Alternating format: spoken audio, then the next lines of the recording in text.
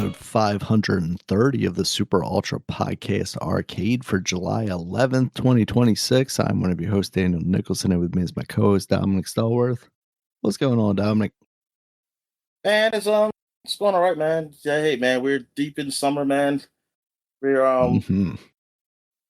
yeah, man. So we just get in July. Oh yeah, happy 4th of July to everybody. 250 for America.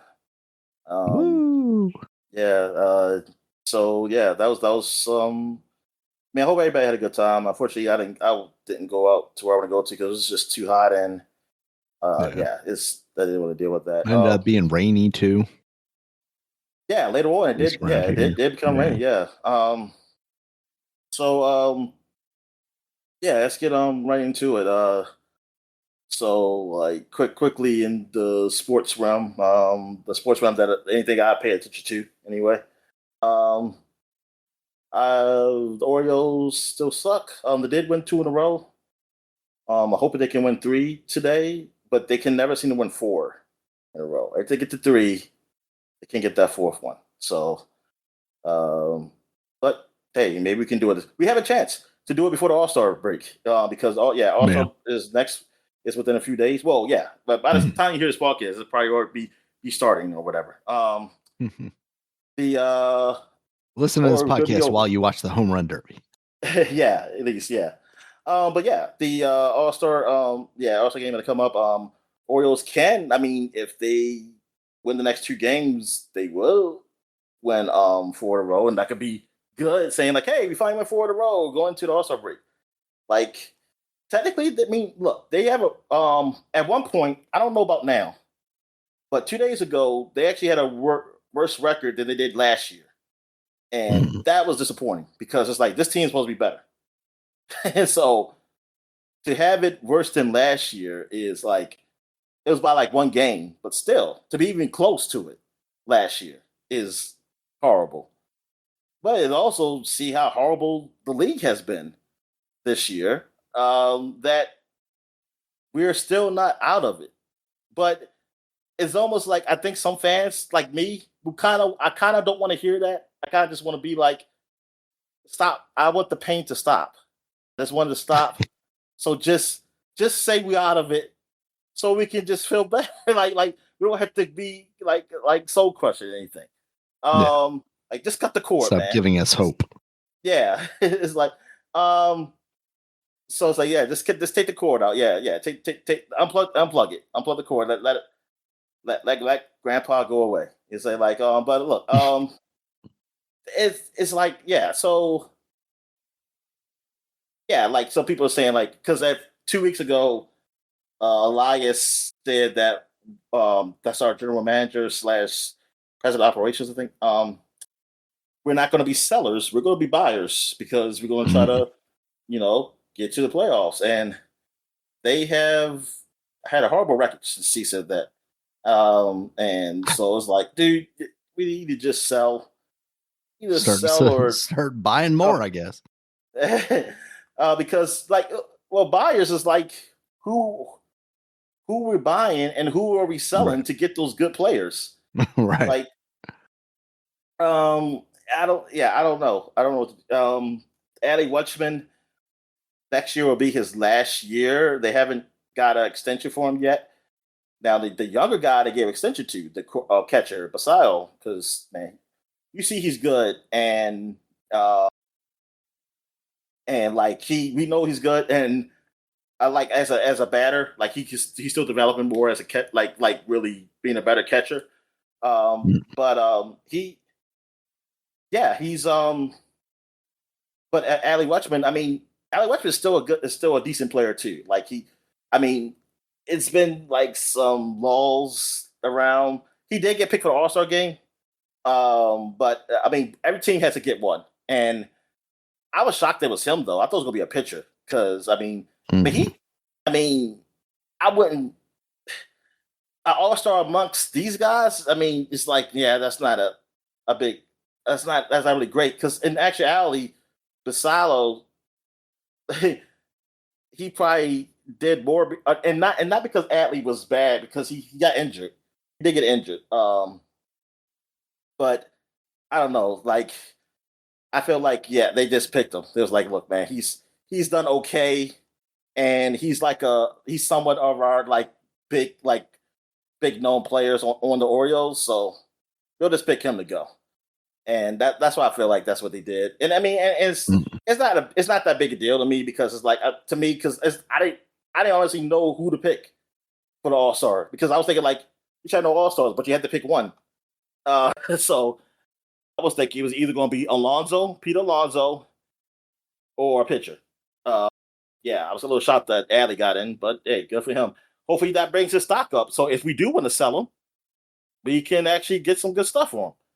I mean, I want to keep him. Like, I still want to either have a solid like a backup. I mean, he's the DH slash backup catcher.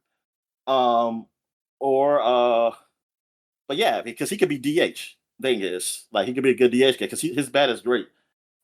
He did just like hit a well, it was a game winning, but it was the one that helped us win in the bottom of the eighth. He hit a 2-1 home run against the Royals, who aren't doing that well. Um, but yeah, man, those, I don't know. Yeah, I'm just wanting, that it looks like we're gonna have to just do this all over again. So it's a little disappointing, man. I really was expecting, like, hey, man, we got something going on here that we could be competitive. Like we'd be competitive for some years. Like Tampa Bay. Like I just want to know how Tampa Bay does it. How's a team like Tampa Bay, who doesn't have a ton of fans, their revenue, like the revenue cannot be great, like super great compared to other teams down there. But they have Yeah. been in the years since they went. I remember when they first went to the playoffs. Since those years, they have been pretty damn good, like consistently. Like they have been decent. They have some decent records. They haven't been like straight horrible. Like they were bad. Like you could say they were bad last year. They probably still better than us, but they got players. Like, and I'm like, how do they produce these players? And then they leave. Like they actually got rid of people.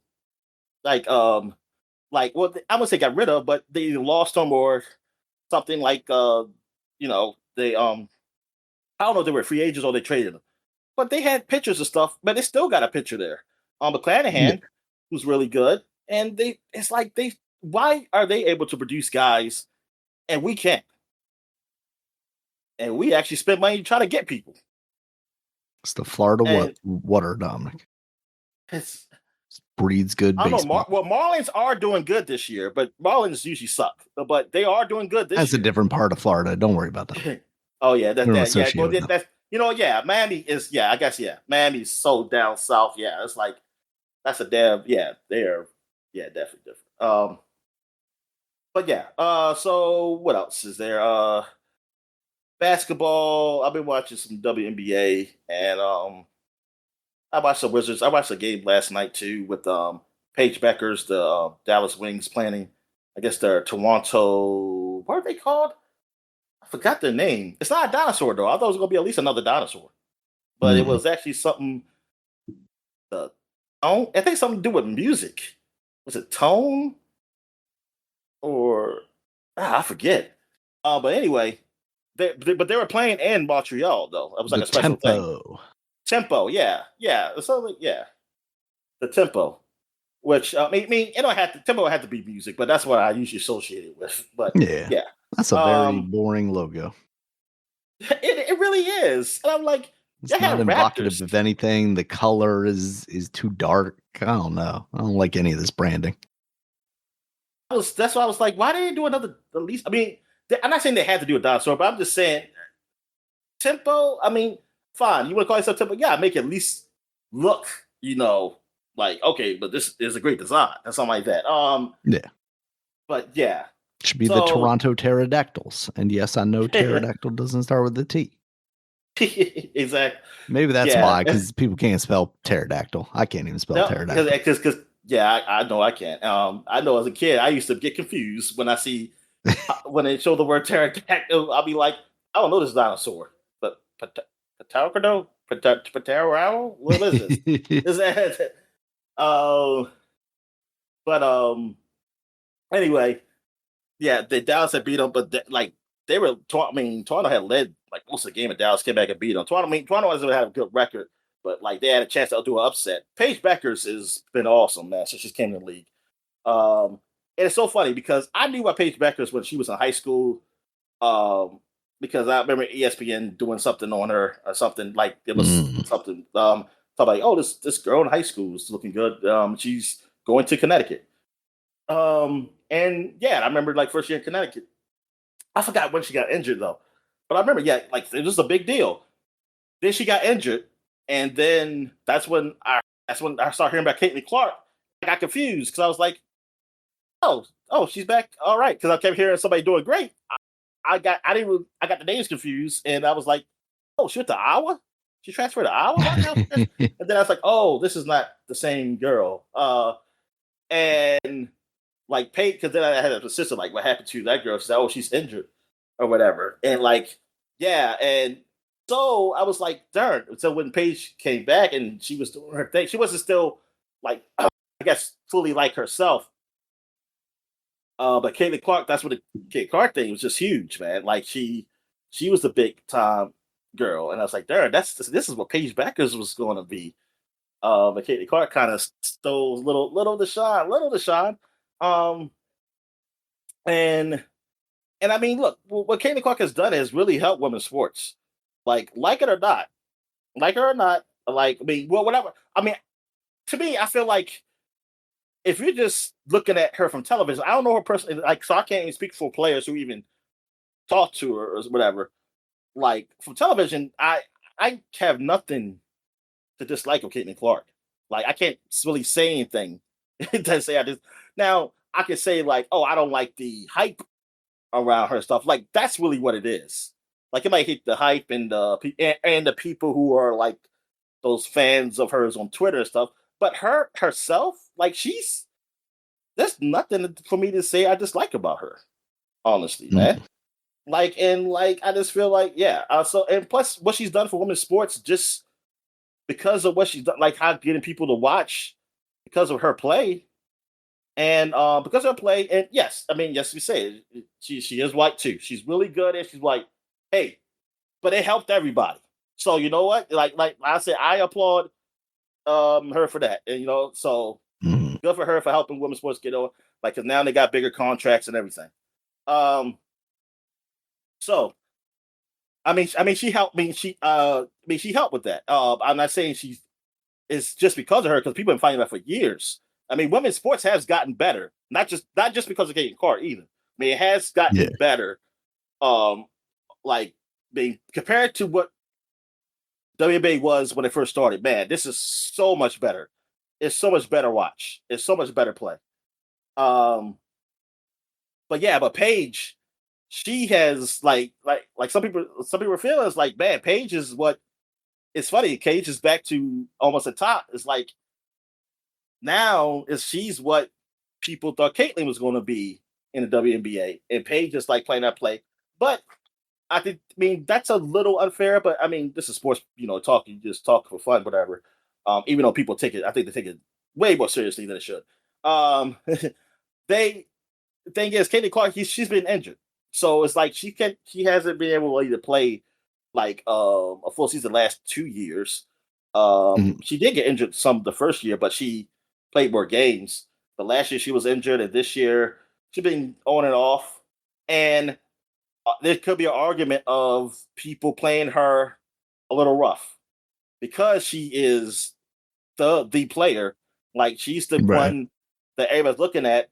People are playing her tougher, so like they getting pretty rough with her, and some people feel like they're being too rough. I don't know. I haven't watched enough.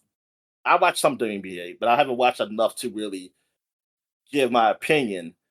I mean, and I'm not going to go by just highlights because highlights you literally just highlighting those points. I was gonna say you're gonna see Yeah, exclusively those things. That's all I see on Reddit is like her just constantly getting beat down, and yeah, it's like and I yeah, wonder. I feel like that yeah, league would protect her a little more if that were the case.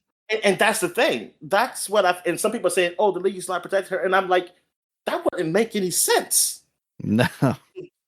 That wouldn't make sense at all. What benefit do they have to not have her on Now, television? now I will say this though, like overall, women's basketball I've seen it a lot rougher than I've seen it in years before. Like I've seen them be Yeah, more aggressive, but I've seen that overall. right. Um, More so generally. so I don't know. Like I don't know. I can't claim that there's people who were watching it more or longer than me that can speak on that. I can't, and I'm not going to. I mean, I put like this. I don't want her to. Like if that's the case, yeah, that's totally unfair. But it also don't make any sense either. Like it don't make sense that you're like the league's not protecting her. It's like nah, man. The league wants her. They Yeah. need. I mean, and they sort of need her. Like she is a big reason. Like when she's on the floor, the ratings are up. Like literally, like the Wizards usually play at a smaller arena. Well, Mystics, I'm sorry, will play at a smaller arena. Because you don't get as much as an NBA. But when she Yeah. was playing them, they put it in the freaking Capital One arena because Oh wow. that's a draw she is. So yeah, you don't. Yeah, you want. So I'm not gonna believe that. Now other players. Yeah, I mean, I think there's a psychology to it. I'm not saying the players don't like her. There could be some jealousy stuff to it. I mean, yeah, they're humans. But I also think people, when they know to play against the best, they know they gotta play hard. It's like Yeah. that. I play against like what people consider the best player, or this is the player. She's definitely gonna be have the ball a lot. Like I gotta guard. Like we gotta stop her. And you probably do, and people do. Like people play. I mean, look what Jordan was at the beginning of his career. Like Yeah. we all know stories about him getting beat up on the freaking Detroit. Like they roughed the shit. They beat the shit out of him. Like every time he went to the lane. And like the league would have protect, but you could only protect by so much. I mean, you can call the foul, but that's it. I mean, but that's all you can do. All you do is call a foul. Um, but what Jordan did was that he got stronger. He got, he beefed up and something like that, so that he can take like some of those hits. He can kind of take. Now you shouldn't. Now it's like flagrant fouls and stuff happening.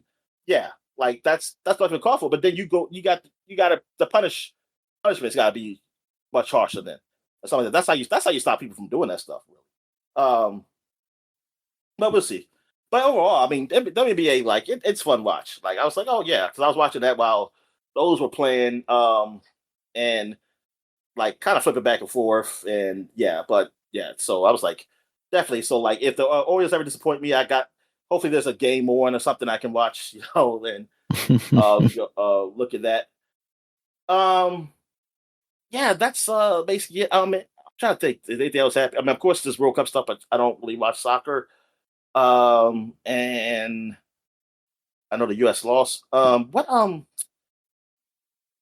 any news? I feel like there was some off-season news. Oh yeah, NBA. Oh yeah, I did talk about a little bit of that last week. A lot of trades and stuff that happened. Um, oh yeah, I did see the rookie, the number one pick, Wizards Summer League.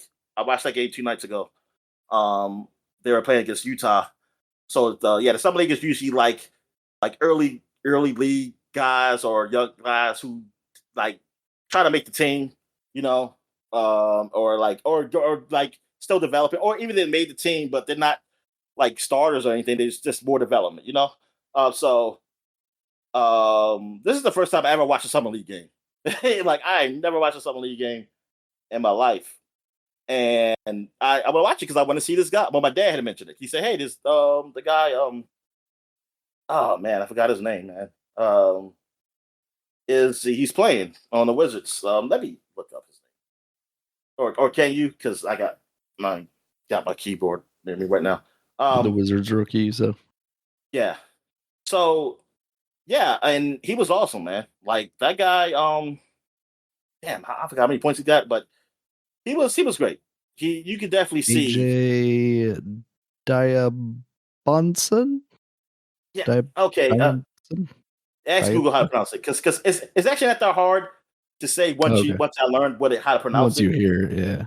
Yeah, it's just looking at the word. Yeah. Mm-hmm. He was born here. His father is from the Congo. His mother is Jamaican, but he was born here, and yeah, man, that guy's awesome. He played for BYU, which is weird that he's like, oh, you chose to go to this religious school, but hey, this is nil time, man. They Yeah, paid him some money. Devonta. The box, okay, yeah. Devonta. So, what's his first name again? They just said AJ. AJ. Okay. So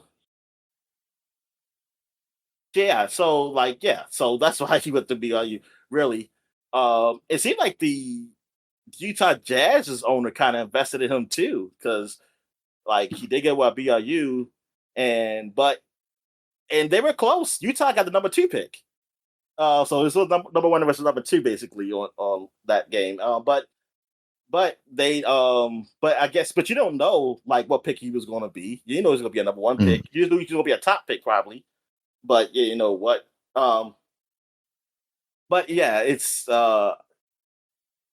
funny now hear about how the nil stuff works. Like now people just getting how people are paying these guys and get invested. It's like, oh, see now that this is all good now. While all this stuff was sort of under the table here, you know, and probably and definitely not as big as money, probably because that money, the amount of money these guys get paid, like that would have you definitely got caught.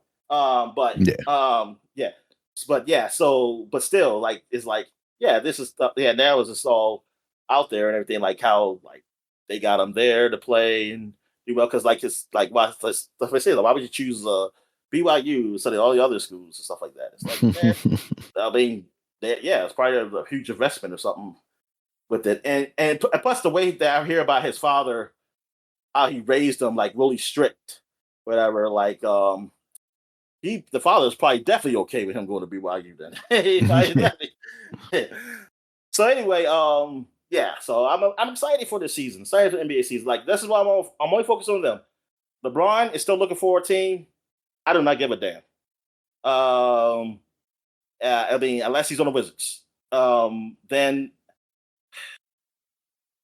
that can't. I mean, that can't happen. That's not going to happen.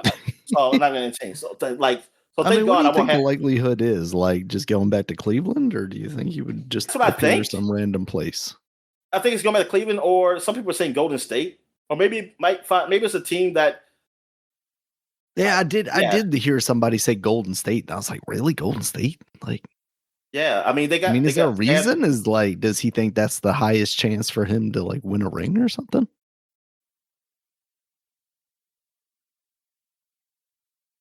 Yeah, he's not going to win there. They're going to do well, but he's not going to win there. I mean, Golden State. I mean, Cleveland would just be about returning home, I guess, right? And Golden State. This is going to be his final season, right? Maybe not definitively. You got to ask him. I'm sure people are. But yeah. Like I mean, I wanted to be his final season like 5 years ago, Daniel. So don't get me off start. He's gonna have 3 sons in the league before he's done. His daughter going to be a WNBA player. She's gonna be shoving Caitlin Clark down. Yeah. Before that man retires. But yeah, so that's it. Yeah, for basketball. I mean, there's probably other stuff happened, but I'm just pretty much focused on the Wizards.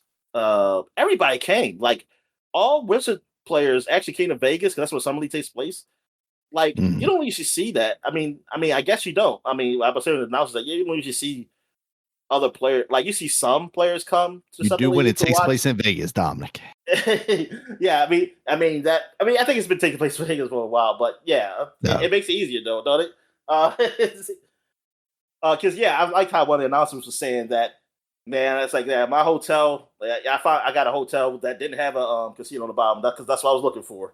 It's almost like he was trying to not get. He was not trying to get tempted. And that's what I said. Oh, did everybody can know where you live at? It's probably like only like 5. It's like places maybe that don't have casinos. Excuse me. But anyway, yeah. So yeah, that's it for sports. So anything wrestling news? Yeah, so they actually had a show in Clearwater, Florida this past week. It was Beach Break. Occasionally they give their Dynamites, their Wednesday shows, like an extra subtitle to make them seem a little more important. And this one was pretty important. It had the main event was Kenny Omega versus MJF for the world title, and Kenny Omega had put the stipulation on the line that if he lost, he would not challenge for that world title ever again. Is there a Kenny And Alpha? Is that his father? yeah, no, but it's funny because for a while there, when Don Callis, who was like his manager, replaced him with Konosuke Takeshita, he was calling him the Alpha. I also want to say at some point when he was fighting, when Chris Jericho came to New Japan, when Kenny Omega was still there, I think he was calling himself the Alpha too. Yeah, it's always been they've always played on the idea that the Omega and the Alpha. What about the Beta? But The Beta Man. no one has called himself the Beta Cuck yet, to my knowledge, at least. Shane McMahon. Stop. How dare you? Yeah, I know. He's the best he's the best in the world. Yeah. Yeah. No, so Kenny Omega actually won this match, which it seemed kind of random. No chance. I said the wrong song. I'm thinking about this is dad. Come on, money. Yeah, that's his dad. Money. Yeah. But just the dad should have that song too. It's the backing track. But yeah, Kenny actually came out of this match, and it was a fantastic match as the champion. So right now we are looking at Kenny Omega versus Will Ospreay at All In in London. Am I? I hear you I'm now. Still here. Yeah. Okay. Yeah. It's just like you just stopped. Weird. Yeah. All right. Yeah. So Kenny Omega did come out as champion. He is now the champion. Some people are speculating that MJF has like a knee injury and he might actually be out for a while. He's actually been wrestling as the champion for more often than he basically is ever. He's been wrestling relatively frequently every week after winning that title off of Darby Allin like a month or so ago. And usually his gimmick is kind of putting off, matches and only challenging and only fighting on the pay-per-views and stuff like that. Kenny Omega versus Will Ospreay is a huge match. I would not entirely be surprised if they got MJF into that match. They've been building, stuff between him and Will Ospreay, obviously, because he was going to be the original match at All In, because Will Ospreay won that opportunity from winning the Owen Hart Cup. And regardless of how that match ends up coming out, whether it's a triple threat or not, I think that'll be a lot of fun. I personally would like to just see Will Ospreay versus Kenny Omega. MJF, they've got a lot of stuff revolving around the top of that card. They could definitely have him do something else, including facing like an Andrade or something like that. In addition to that, you also had Kyle Fletcher winning the international championship against Konosuke Takeshita, who had recently beat Okada for that. Now, Okada and Kyle Fletcher are in the same faction, so I think coming out of this, it could be very interesting seeing like their dynamic with Fletcher now having what was ostensibly for a very long time Okada's title. And I think that should be a lot of fun because Konosuke Takeshita actually left the Don Callis family, which is like this very big faction in AEW right now that has a lot of high quality talent. And I wouldn't be surprised if this led to like another kind of a splintering from that faction, depending on how things go between Kyle Fletcher and Okada. And even Tommaso Ciampa was fighting Chris Jericho, and that was actually pretty all right. And Ciampa came out with a win.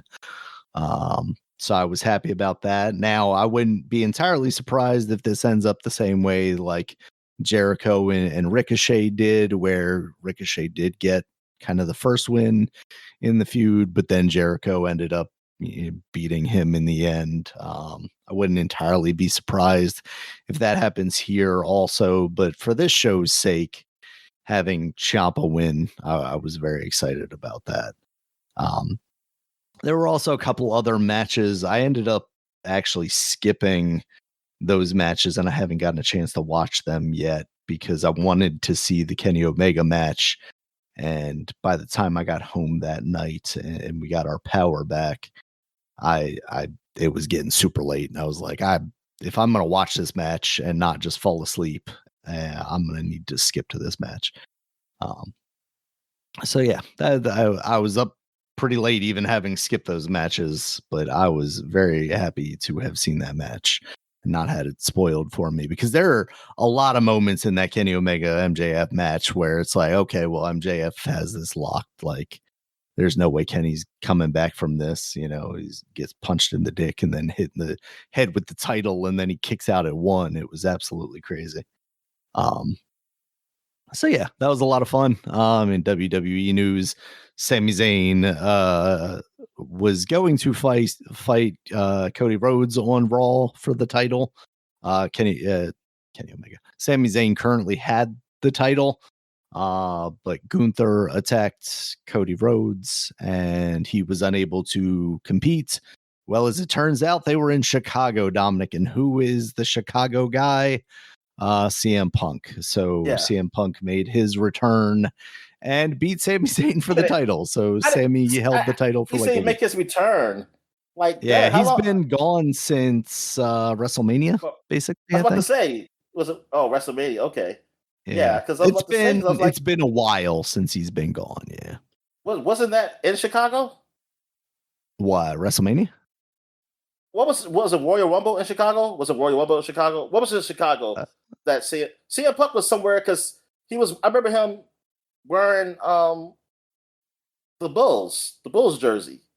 Where was that? Let's see. CM Punk, I know that was a pay-per-view because I damn sure I wasn't watching Raw. Yeah. When was that? Elimination Chamber is what that was. Okay. All right. So I was trying to remember that he was. Yeah. Okay. Yeah, and he was champion going into that at the time, but then he lost at WrestleMania to Roman Reigns. And I don't think we've seen him since then. And then there were rumors flying around like, oh, he wasn't happy with the way things went or something like that. But I think that was all just some nonsense to build up to his return, only for him to just immediately beat Sami for the title, which feels kind of bad. But, here we are.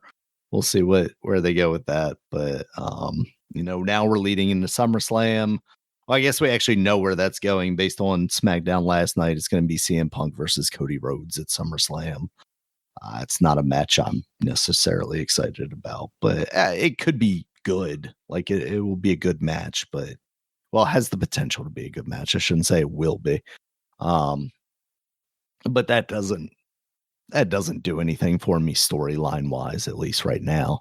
It does indicate like one of them has to be the bad guy theoretically. And having one of them turn would be a nice change of pace.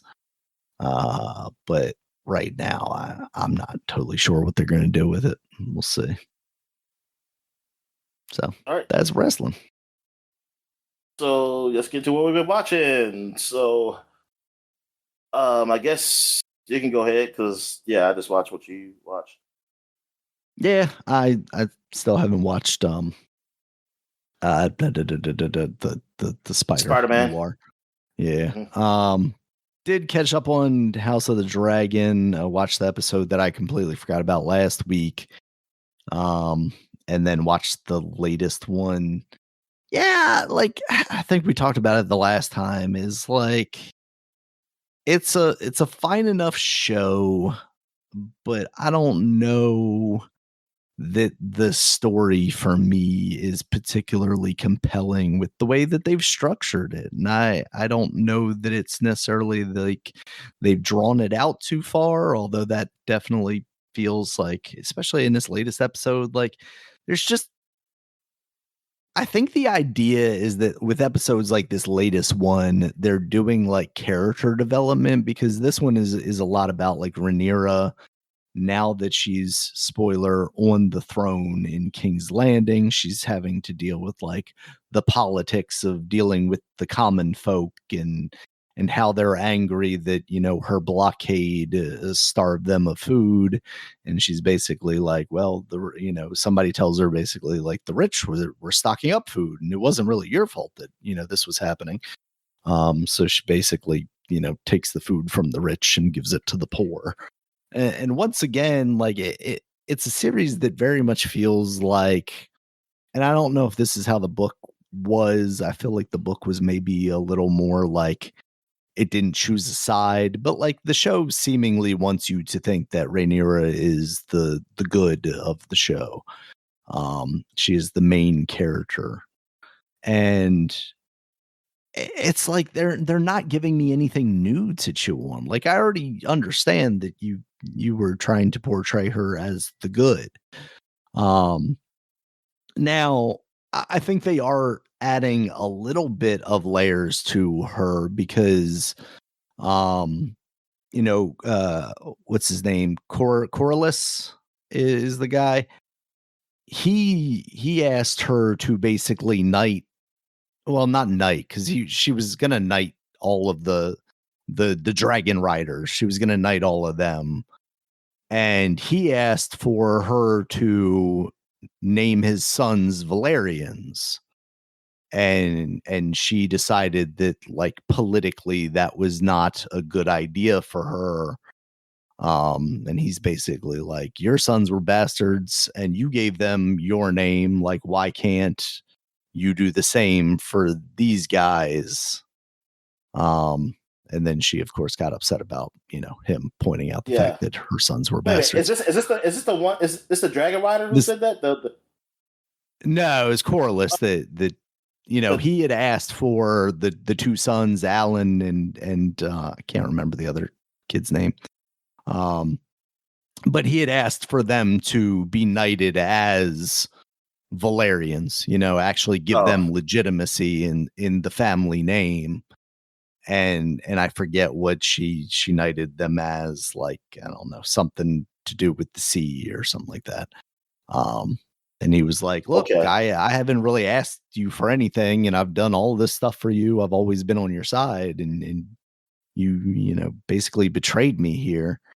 So there is a little bit coming out of this episode that does interest me as to like where does that go? Like what Yeah. is Corliss's role? Going forward, because he was, at least I think even by the end of the episode, he still is her hand.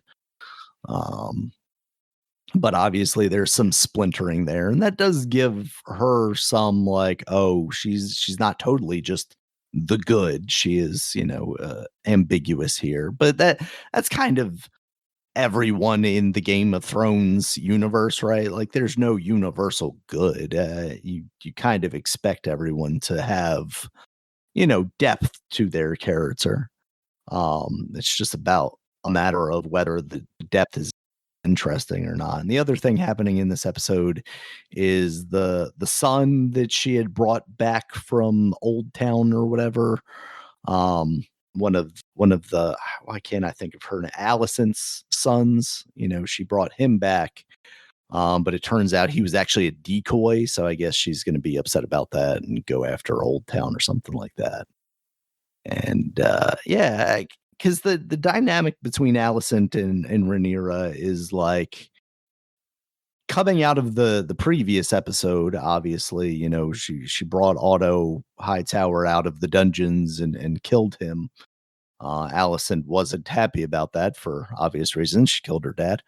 But they're kind of coming together. Like they have the same general like goal, right? Because like Amond or Amon, whatever the son's name with the one Yeah. eye, like obviously he's like too much, like he's doing too much. Even though he wasn't in this episode. Um, so like his mom's like, yeah, Rainier is a better option than him, but maybe she's starting to see like, oh no, she's gonna do some shit too, like kill my dad. Everybody's going to do Um, some shit. That's the thing. yeah, It's like, even though her son is the one that put him in the jail, right? yeah, Like, isn't that what yeah. happened? So it's you know, yeah. So there's aspects of it, but I think when it comes down to it, the thing that turns me off from it the most is the fact that it feels like, and I feel like we've been talking about a lot of shows like this lately, like Daredevil is kind of the same. It's like, oh, I'm kind of excited for like where this ends up.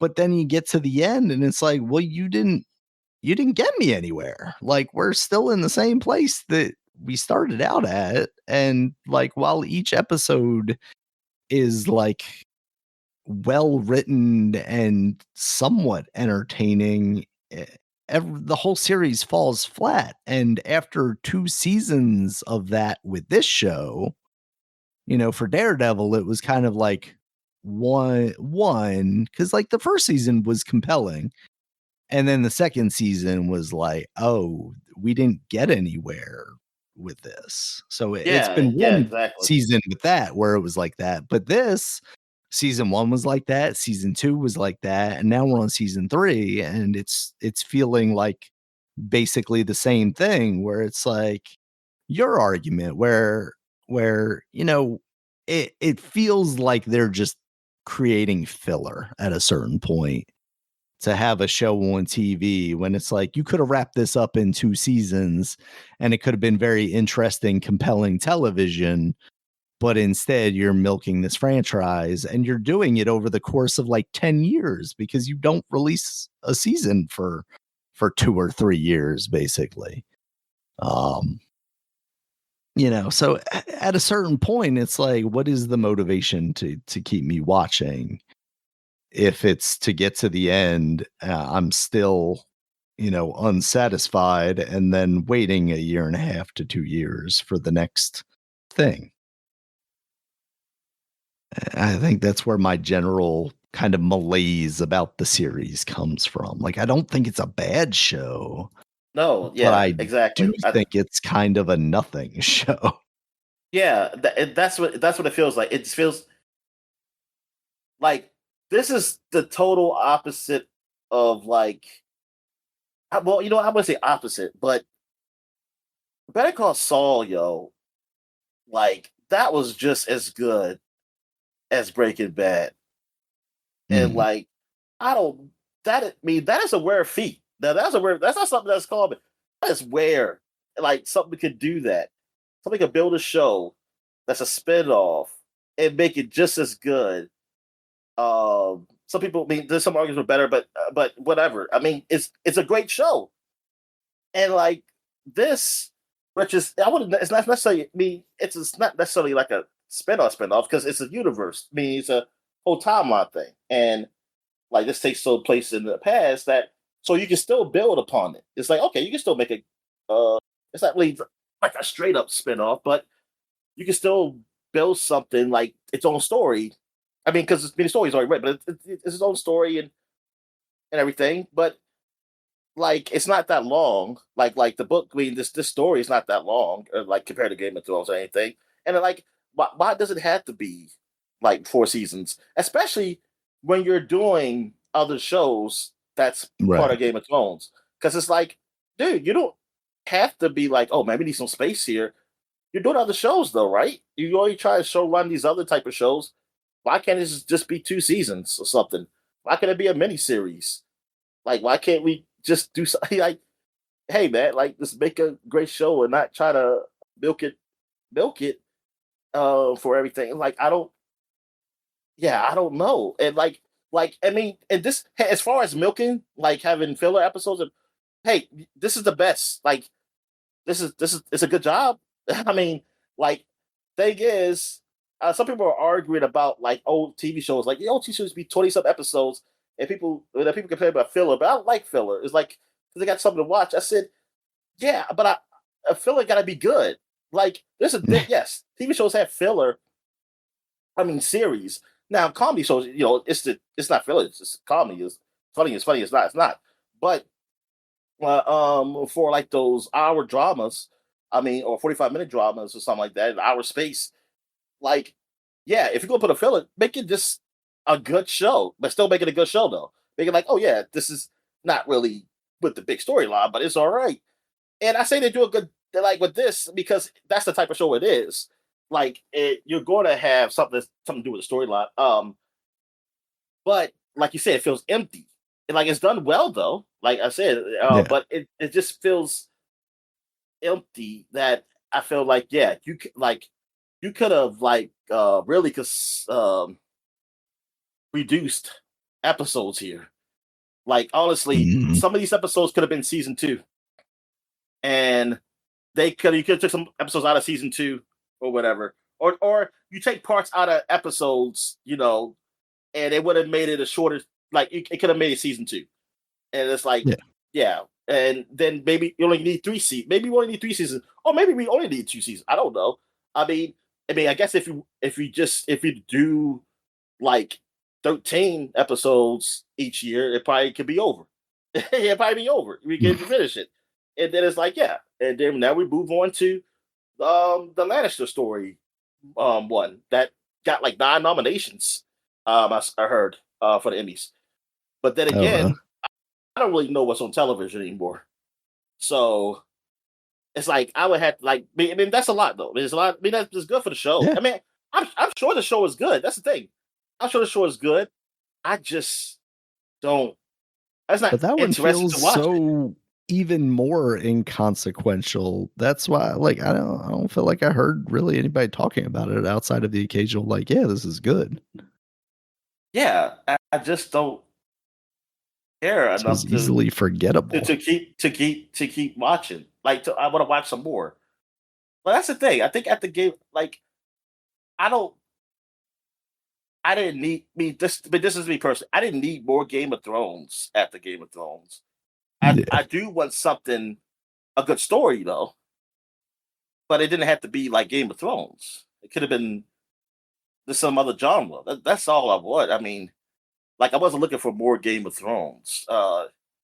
And like I could arguably say that by Breaking Bad, like them do Better Call, it's like that's interesting, but I wasn't big on it. But watching the show grabbed me. Whatever it Yeah. did in that show, it grabbed me. House of Dragon, like when I first watched it, I mean, it sort of grabbed me, but not really. It got me enough to say I'm okay with keep watching the season. Like I was okay watching. I was like, oh yeah, it's okay. And I wasn't like the first season. Yeah, I didn't feel as like I do now of it, but that second season, that really, yeah, the way that went, the pacing and stuff, I think that really just made it like, man, like this is drag. Yeah, I Honestly, in think a we lot of ways, it feels like the first half of the first season where, it's the younger kids, before they do that time jump and you're dealing with, like, the king. I feel like that was the more compelling stuff, and that's what I to tell you recall the truth, grabbing me. that I think that's how I felt too. Yeah. I like that, and but also I think also knowing me in my mind that I just created without even looking up to see what was the plan for these shows. I think I just thought short book. Hey, this might be done this season or the next season, or they're gonna have two Yeah. seasons. So I thought it was like, hey, I'm watching it, but hey, I'm going to see an end, and I'm. It's not going to be that long. It's not going to be that long until I see the end. I did not know they would stretch. Day if I had known this was going to be stretched out to 4 seasons, I don't know if I would have finished the first season. Mhm. I don't. I mean, maybe I would have. I mean, no, put like this: I would have finished the first season. I don't know if I would have finished the second one. I probably would have started watching and saw it was boring and said I don't care, and just I'll wait till they finish. I probably would have Yeah. said that. if I had known, like, definitely that this was like at the beginning, like, hey, this is gonna be a 4 season thing. Like, I thought this was gonna be short, but I saw like, hey, it's not. The book was very long, and it's like, oh, it's only one book. I said, there's only one book. They did one book in a season, so on Game of Yeah. Thrones. So I guess yeah, they can do that with this. Um, yeah, I just like I would be entertained, man. Like, and like this is yeah, it just feels like, and that's what I'm having a hard time doing now. Is just finding these new shows, which is, I mean, it's harder because of how shows are done with the streaming services, and nobody has a real schedule. It's not a real Yeah. schedule, and it's like you do a season, and it might be 2 years, 2 to 3 years, so another season. It's like, nah, man. That I said, you can't do that on cliffhanger type of like TV series cliffhangers, man. Mhm. Like that's a long break. Like what? It's like what are we doing? And then especially if Yeah. like, listen, if you don't know if like, oh, we don't know if we're going to get another season of this. We see how well it does. I was like, but I'm sorry. I feel like, listen, your studio either you put in the listen, you just take the chance, like to say like, okay, you I got think you this amount of film time. both.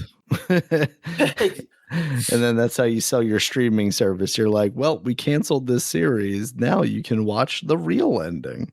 Yeah, it's like, dude, you gotta, yeah.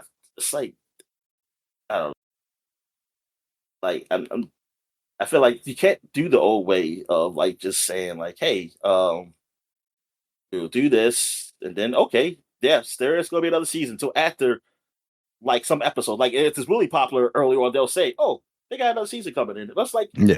dude, I don't want you to waste my time. Like I don't want to waste my time watching something that is like not there. The problem is I Like, think they're so afraid that, like, if they were to, quote, unquote, like, have some conclusions by the end of the series, like, you can still have cliffhangers, but, like, the show doesn't have to be a cliffhanger, right? Like, there can be yeah, openings to what's gonna happen in the next season, but you feel like there's some level of resolution to it. But I feel like they're so afraid that if they give you any kind of resolution that you might not come back, especially after 2 years, a year and a half, 2 years, whatever. yeah. Um, they do this stuff where they just leave everything open ended, and it's like, yeah, like you said, I don't know what's actually coming back or not, whether it's gonna be successful or not, and you kind of expect with something like this, which is an established franchise, it's pretty much a guarantee because obviously this is what they're revolving everything around. They aren't creating new interesting things. They're just like, well, we've got this fantasy thing, so we're going to tie this into Game of Thrones because we know that everybody liked Game of Thrones until the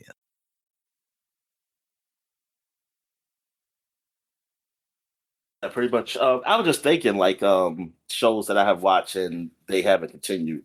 It was the anime series on Netflix, the Blue Eye Samurai. Mm, And like that was really good. That was it was the animation was good and the story was good. I haven't heard anything about a second season yet. It's been years now, and I'm like, what? I was like, so is this just canceled? that's your I fault for mean, trusting anything on Netflix, Dominic. yeah, and I mean, and I will give it this. It had an ending that it was a cliffhanger ending, but it there was no. You know what? No, she didn't kill the guy. Never mind. No, there was a resolution. No, they did a cliffhanger. Yeah, because she kept him alive. Kept the guy alive because she was going to find her father in England. She was taking a boat to England, and that's how it ended. And Mm. how many years ago was that movie? Be that show? That's got to be like 3 years now. Like that's ridiculous. Just like, dude, like I said, darn man. And I know some people say, hey, but it was a good show along the way. I said, yeah, but I'll be honest with you, man. I'm at the point where, like, if it's something where I'm going to be like, man, I wish it would continue, I'd rather not see it. I'd rather just not know about it. Yeah. I just rather like if I can get no conclusion with the story, well, yeah, and then plus I won't because I don't see it. I don't know how good it is, and but I won't have that feeling of feeling like I'm not fulfilled. And, but I feel like Blue Eye. I mean, from the shows I've seen that have Blue Eye Samurai, like why Yeah, that it was one? from 2023, so it's coming up on 3 years now. Yeah, why haven't they? Like what? Like was that unpopular? I mean, I got 97%, of course, on Rotten Tomatoes and everything, but I don't know.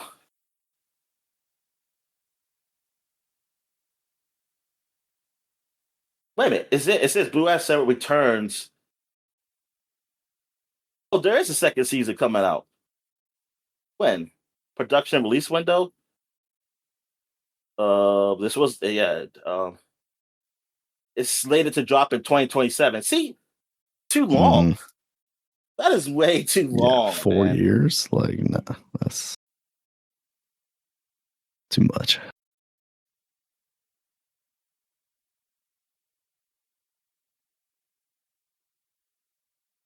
Because now I don't remember everything of that. Like, yeah, you asking people.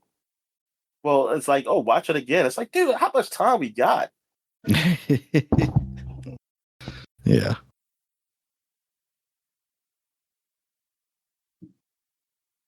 I mean, hell, it took for a long time for Arcane to come back, right? Yeah. Sure did.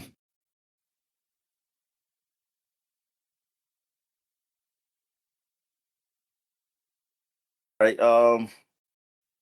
I guess we get to what we playing. Gotta get some finally get some video games. So you didn't play anything. Did you want to talk X-Men at all before we do that? Oh shit. I didn't realize. We Didn't talk about X-Men. don't Okay, so have to. yeah, We can save it for next week. no, no. Um, I mean, just say. Well, we'll just say if it was what we like, what we saw so far. I mean, I still haven't watched Yeah. one episode. I haven't watched. Yeah.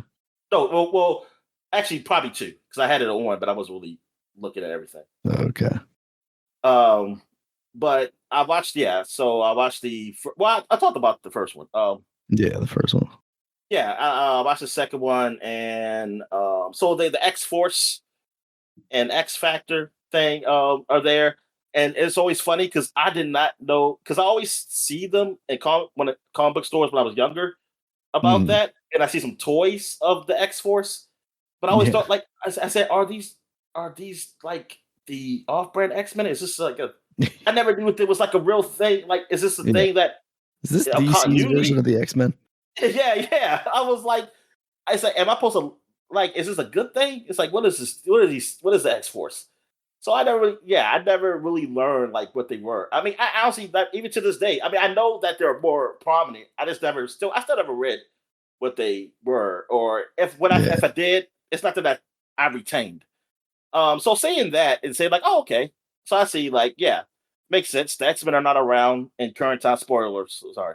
They're not around in current times, and now they have Cable leading the X-Force, trying to stop Apocalypse. And but he's a guy who does it any means necessary kind of guy. He's Yeah. it's like, yeah, it's like, no, we don't just lock people up. It's like we don't have a jail. What the fuck? They was gonna shoot and kill them. It's like, well, it's like we ain't the police. While the X Factor guys are the government. And it looks like are they part of Shield? Because they look like they got an airship. They were on an airship. Oh, do When I they? like, yeah, they when they were talking with the X Force. I haven't gotten to the second episode yet. Oh shit! Dang, I thought you finished it. I No. thought that's I I mean, thought you're not yeah. spoiling anything for me. I mean, at the end of the Uh, first episode, they show that, the X-Force is there, so. Okay, so yeah, then we could have, yeah, but damn, Daniel, after you had told me that, Daniel, I would have told you, yeah, we can wait till next week. Shit, fuck it. Okay. I like, well, yeah, well, I like what I saw. Well, so how'd you like the first episode? Yeah, I like the first episode, like you talked about last week. It deals with them, in the future, um, and kind of dealing with all that stuff. Um, yeah, I'm interested to see where it goes. I mean, it's still quality television, like that first season was.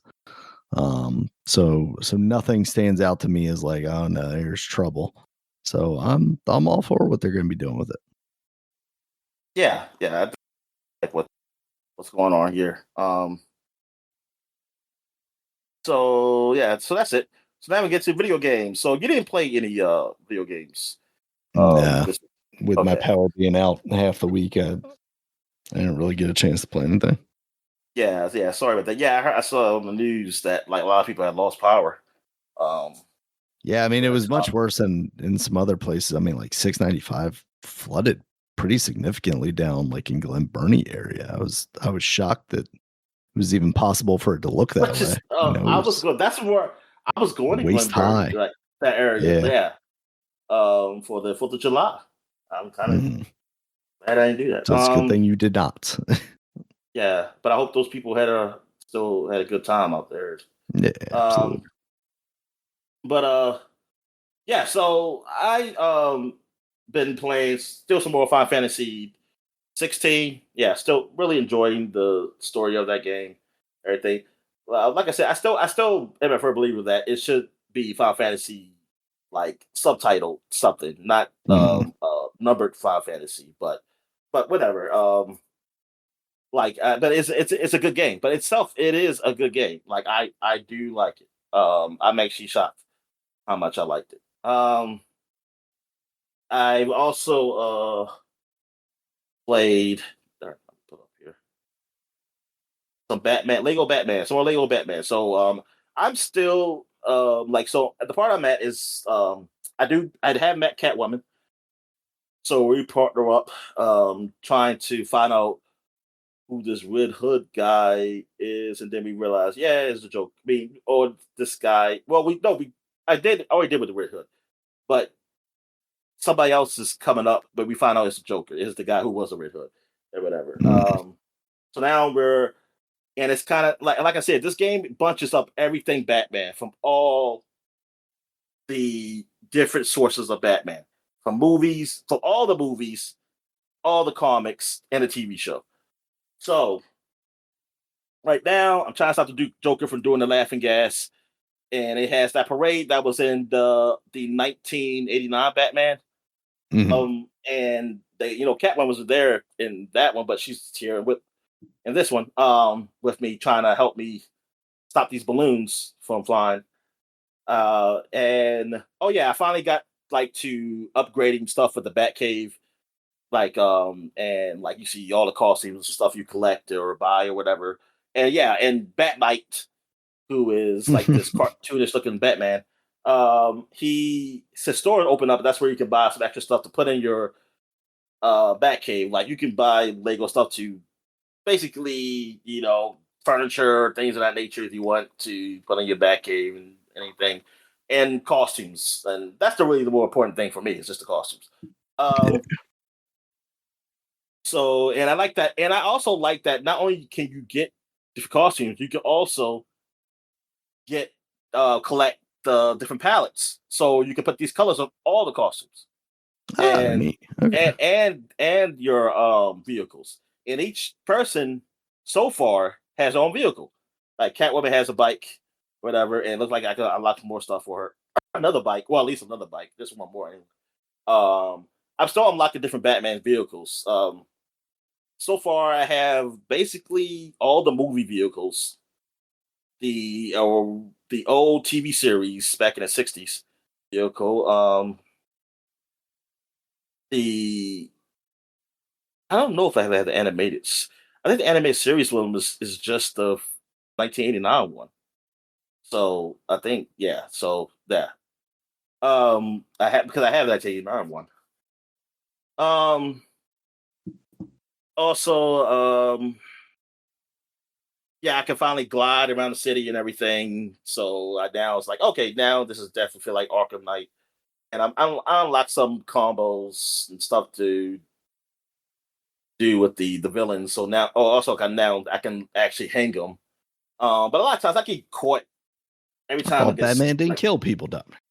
what no, I didn't hang up. I didn't hang up like by the neck or anything. It Yeah, yeah. just but Hanging to yeah, their feet until they blood rushes to their head and they pass out and die. yeah. So far, yeah, the game is fun, man. Like yeah, it's a lot to do, a lot of things to collect and everything, and it's funny, man. Like the dialogue and stuff that is that happen in the clips. Like it's yeah, it's well done. It's a well done game. Oh yeah, I'm really Nice. enjoying it. Um, Also, I've been playing. Okay, I must have did something on the page What? because I hold up. Oh, I know why. My I have this extension that makes it dark mode or light mode, and Uh, it had the dark mode on, and when it has a dark mode on here, it makes everything like you dark. couldn't see the black text? Yeah, I couldn't see it, and now I don't know did I erase anything because I was thinking I had done something, so I said redo. No, So I mean, I think you got okay, everything here. all right, cool. All right, so I played some more 007. I'm still in the early stages of his training. Like he's still with a group of people, and like, but we are really actually doing a mission now, and we're about to do like a real like a series. Like we were doing like a it was a real mission, but it wasn't. Well, wait a minute, was it? Let me think. Yeah, I think it was still a training. It's still a training, but it was it like you but I think it wasn't as like a as serious, or at least it didn't make it out to be as serious. But it was still something real.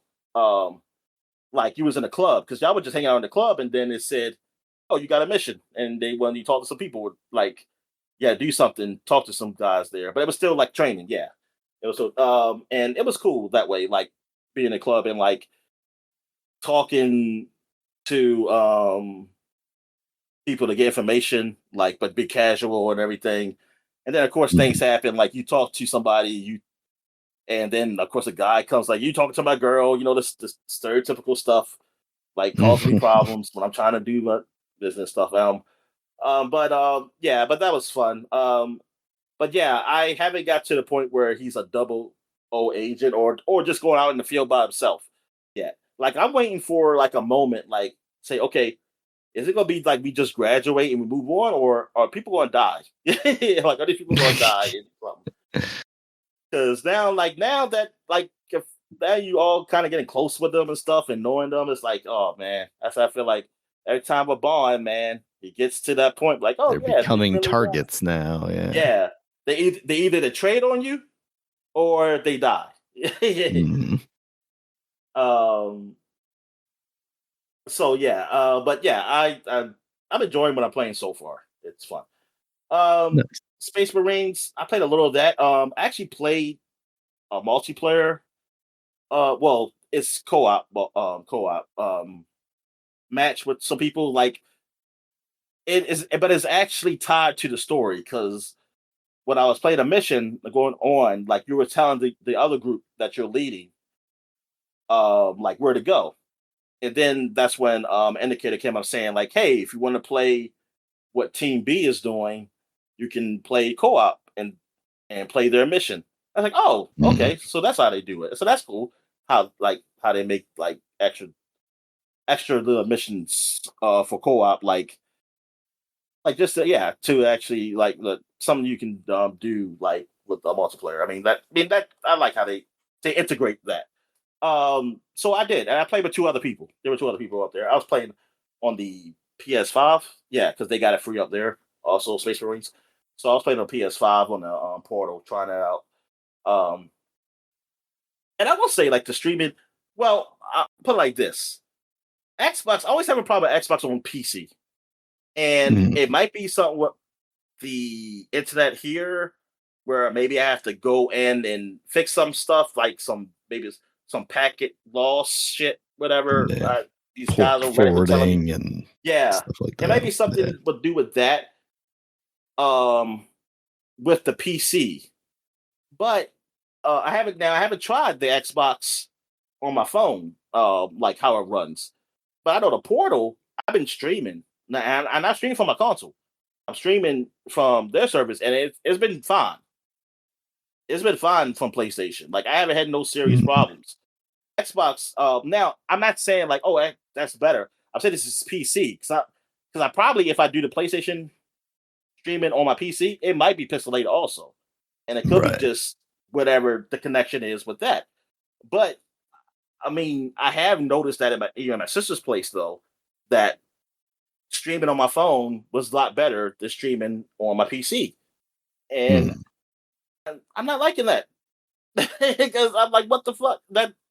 That shouldn't be a thing. Like Nah, you yeah, have so much horsepower on your PC compared to your phone. It should yeah, be significantly better. even though yeah, and it shouldn't. I mean, yeah, exactly. I mean, and plus you just stream. I'm just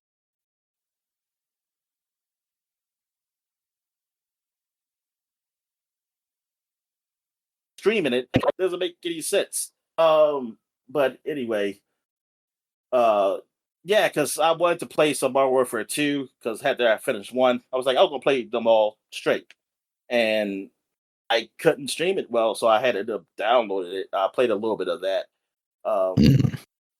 but yeah, but Space Marines, yeah, too. Yeah, I had a. Oh yeah, but with that, I did have a. Yeah, I had a good time. It wasn't too difficult the mission. Like I was almost about to die. I don't know how many times. And hey, man, I don't know how I survived, honestly. Um, because I was trying to, because I forgot the control and say, oh shit, maybe I should have played another mission before, regular mission before I played because I hadn't played in a while. But yeah, because you do get to pick like what kind of soldier you want to be or stuff. Like they have they have their own guns and tactics and stuff like that because you can have somebody who can help heal you and things of that nature. Um, yeah, it was fun. Like and it kind of reminds me like the Gears somewhat in that. So I think that's Yeah. cool that you have another game that's like that. Um, Also, NCAA football is on PC, and I played some. I tried it out, and it looks good. It runs really good on PC. It runs up. I played it on the PS5 and at least the 26, and I'm not gonna say 27. I mean, 27 probably doesn't look that much better, if better at all. I have no idea. I haven't heard anybody say that, so I'm gonna assume it looks the same. But I just think on the PC, like that game runs man so much more fluid. Like it's Mm. always like on PS5, there's like I don't know. I think during the gameplay it's 60 frames, but it drops during cutscenes. Oh, yeah. And while here it was constant throughout. Even though I don't know what happened, my thing keeps saying, "Oh, VRAM something like in the corner," and I saw like Mm. it's a warning saying, "Oh, this is this may cause problems." I don't Yeah, want to know like your how you take settings are that. too high and you're kinda running to the Yeah, max and of what it's got, but when I yeah. looked at my thing, I'm not I'm not there yet, and I'm like, Mm. can I turn this off? Because it's like I was like, okay, if it start messing up, then I'll stop. But right now, everything's running good, and I'm like, Yeah. dude, I'm not using that much. I said I'm not even doing much. So, but anyway, it might be a problem that has to be updated or something. But I'm just trying this game out. I'm not keeping it. Well, they got some issues with the NCAA. Like they've added microtransactions to the single player stuff, like Dynasty. The Dynasty mode and the Road to what they don't call it Road to the Show. They call it Road to Glory. I think it's called Road to Glory. Which is like the my player kind of thing, and Mhm. where like you could set up where because the my player is not like their my player is not like in the NBA one like NBA 2Ks because that's like that player goes online and does stuff. No, I mean unless you choose to take your player online, it's all just yours single player stuff, and you can do anything. Like you Right. can make the XP, like you can say how much XP your player gets, or your coach if because I usually play dynasty and like how many XP he gets, so you get different abilities, like coaching abilities, like that makes you a better recruiter or better motivator or whatever. Now they made it so that if you want to go up faster, you have to pay for it. If you want to go up, like you have to actually buy it. And Hmm. I'm like, man, that is horrible. Um, Now I didn't really mess with that stuff a whole lot really. But just put microtransaction in a single player game. Like I said, I said this before. The EA, as far as the games that had microtransactions, as a single player, they were the best. They were the best out of all the other sports games. I mean the Yeah. other companies 2K, I mean, because has gotten so crazy yeah with that stuff. yeah like because they kept it away. They and somewhat kept it away because they kept microtransactions actions away, but there's some other features that I personally think they need to change, which it's just it's not a lot. Maybe I actually have to be the guy to send emails. I mean, because I'm sure they get emails on this too. Like I said, for years that EA has made it so that you don't have too much control over your single player game. Like as much control as you have now, if you never played those games back in the early 360 days, or like before, you don't, dude, you could literally do anything really in your single player game. Like, and while playing the game, maybe you're playing a game, like, and I feel like, okay, this game is easy now. I want to make it hard. You can do that while in the game, they will up the difficulty. And you can't do that anymore. You have to quit. If you want up the difficulty, you have to quit the game, start a new game, and put it in. I don't know why. I'm like, why is this like this? Well, because thing is, I usually like because I like to play around. I would put it on a hard difficulty and like play or something like that, and then see how well I do. And then if I'm losing in the fourth quarter, I was like, oh, I'm gonna put on easy and see if I could come back. If I could come back like down like by 4 touchdowns. Um, but like I can't do that. Like I'm gonna be stuck in difficulty. Now, like that's minor for a lot of people. A lot of people they play traditionally, like, oh, they all just play either the strongest mode or the second strongest mode because they're really good at it, whatever. I'm not that great at the game. And I usually like to just play around and do things. Like I always been that way. And I just hate that they just take that out. Um, I mean that's something that's simple. It's like why? It's like why? Like I never understood why they did that. Like they started that actually in Madden, um, on the 360. Oh, it was the later years of Madden. I don't know, was it '08? It was '08. That they did that. I'm not. Or not '08. I forget. I forget. It was one of those years. Um, yeah. I don't think it was. Oh no. I don't think it was '08. No, I think it was in the double digits. I think it was in. It's got to be like 12, 12 maybe. They did that or 13. So like that's when I first noticed it. Like because I was like I didn't get mad in while I think NCAA it was still the old way, the one I had. And but yeah, I was playing Matt. I was like, what the hell? Why can I change the difficulty? What is this? And I feel like really is that because a lot of things are tied to online, and not that because you are online. I mean, you are online, but that the menu system they don't want to attempt to change it. Like they just want to keep whatever the online menu was. It's the same as the single player. So things because like in online you can't change your difficulty or Mm. whatever while you play or anything. So I guess he's going to keep that the same.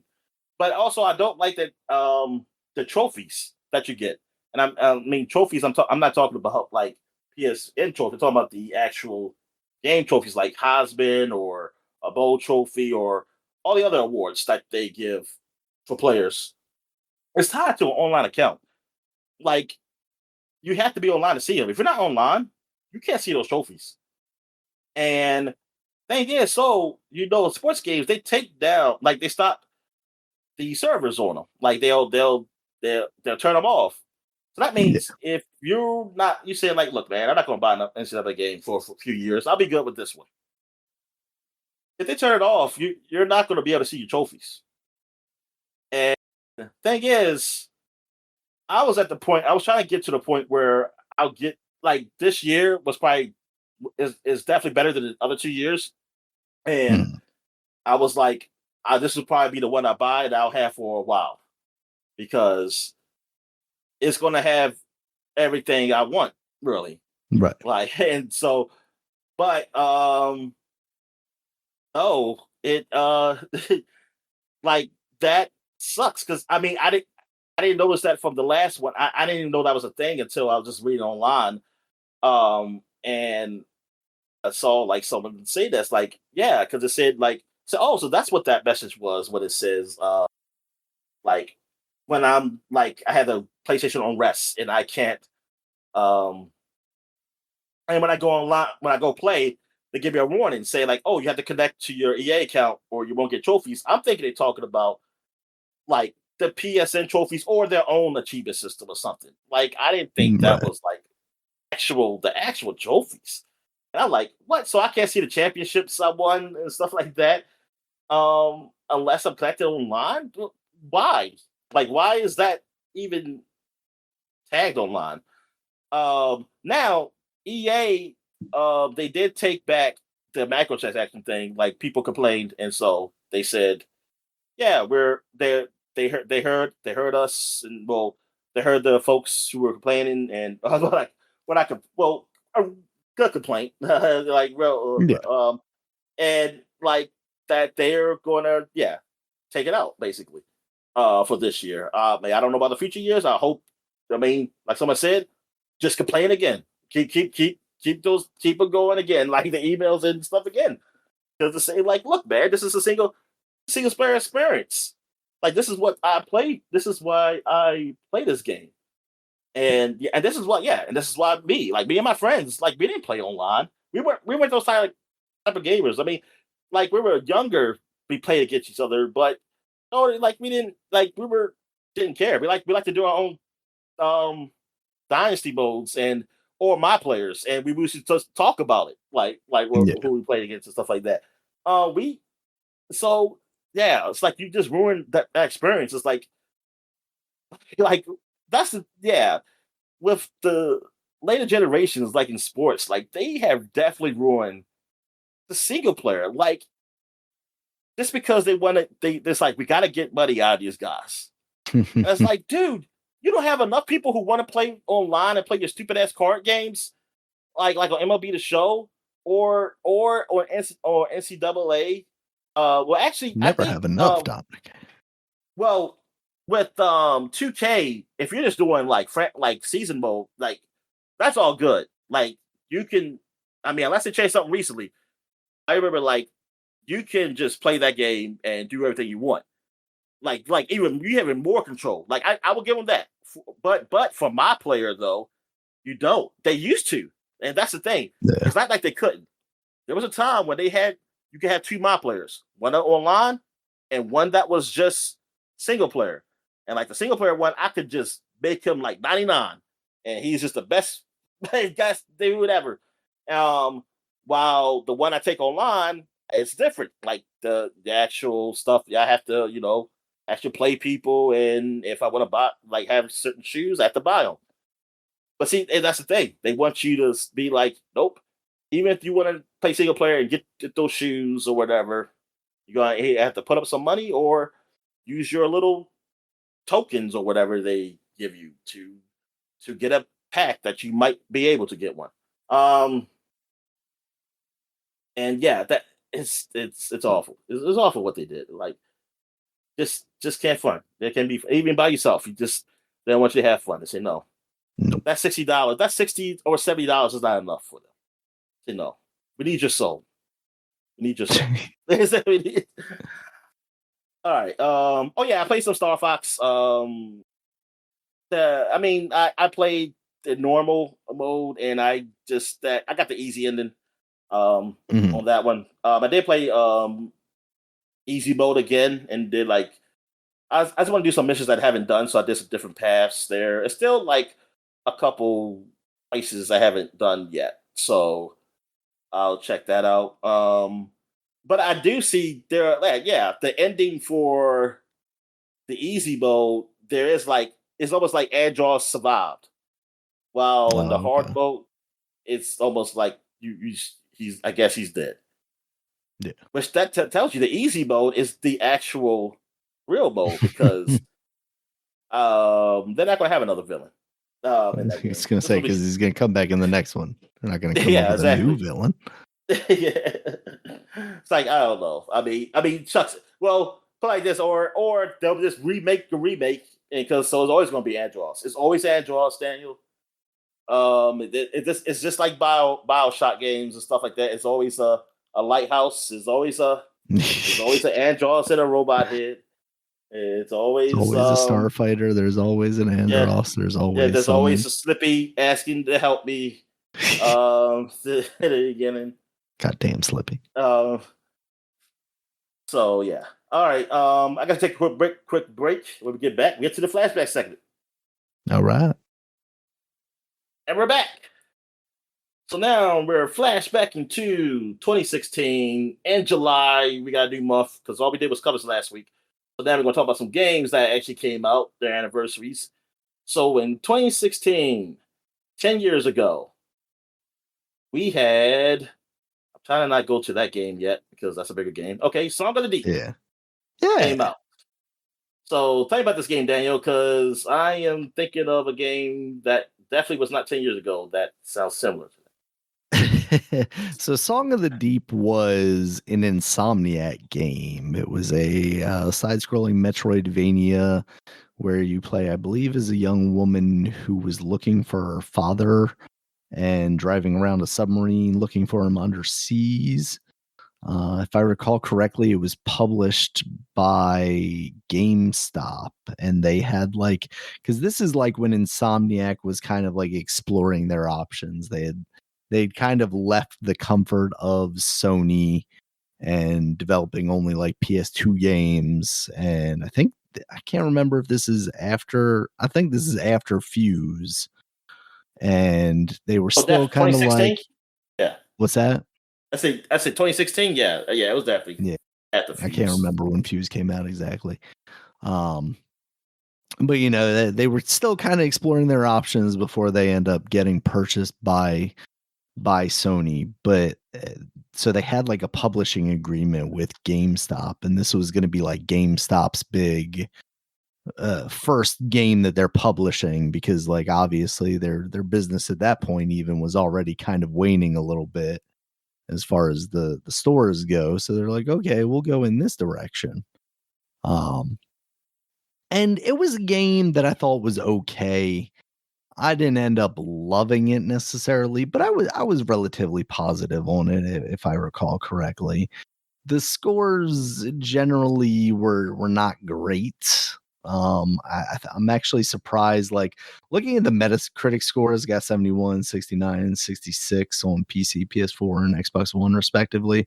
But then you start to go through like the actual reviews, and it's like a 6 out of 10 from GameSpot, a 6 out of 10 from IGN, a 4 out of 10 from Official Xbox Magazine in the UK, Polygon gave it a 7, so that's like pulling the score up a little bit.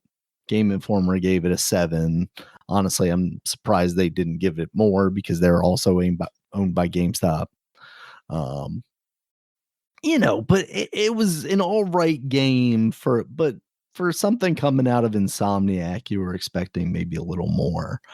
Now with that said, I will say like this, they had the right idea here, Insomniac did, with creating like a smaller project that they could have a portion of the team working on while they had their other big games in development. And that's what I would like to see more out of bigger studios, is have your kind of your wet works kind of small operation working off to the side where you can kind of funnel people as they finish up their portion of projects. We hear too often, the game shipped and now everybody's fired because, oh, well, they don't need this team while they're still in early development. It's like, well, you know how video games work. Why don't you constantly have a cycle of video games going. If you're going to tell Yeah, me it's because you exactly. don't have, you're going to tell me that you can lay off 60 people, but you don't have a big enough studio to have two projects going at the same time or something. It seems very odd to me. Don't have enough money, Daniel. Yeah. They work it off of scraps. Well, Tony Stark was able to create that Iron Man suit out of a box of scraps in a cave, so do better is what I'm saying. But yeah, this was an all right little game. All right, so it came out 10 years ago. Pokemon Go, and I mean this was a event. Really, Yeah. like I mean, not the event like the day. I mean, like it was the event of days, like of people using their phones and getting Pokemon. Like as you see videos of Walking crowds off of of cliffs. trying to get certain Pokemon in certain areas. Yeah, so this is a free game, a AR game on the phone for the iOS and Android, and where like you can like go out in the world, so it looks like a Pokemon is out in your world, like looking through your phone, and you can go throw a Pokeball and to catch it. I could be a Yeah, Pokemon master.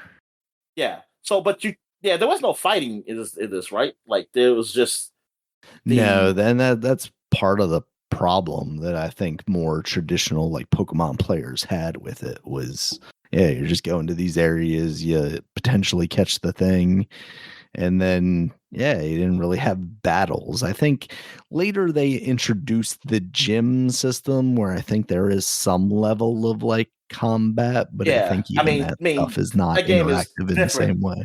Yeah, it's definitely different than it is that was. I mean, was so like but yeah, there wasn't a battle system when it like first started. But it was a phenomenon, man. Like you see stuff in the news and things, see like how people would have like accidents would happen, like because kids or adults, Yeah. a lot of adults will They're just go driving out while and playing go. Pokemon Go. Oh well, just be like, or just walking in the streets and stuff, like and like trying to get the Pokemon, and it's just crazy. I mean, it's like it's cool. It's cool that it's like the concept is cool. Like it's like oh yeah, to go outside and do that. You know, I don't like go outside no more.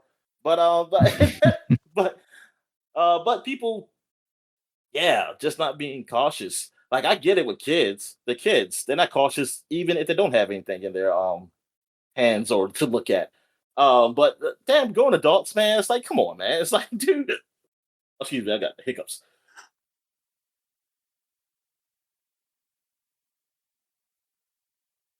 All right, hopefully that stopped it. But I like dude, yeah, just watch where you're going. But nah, man, it was big, man. Like Pokemon, yeah, Pokemon does that. Like that's one of those properties, man, that just gets people to go crazy.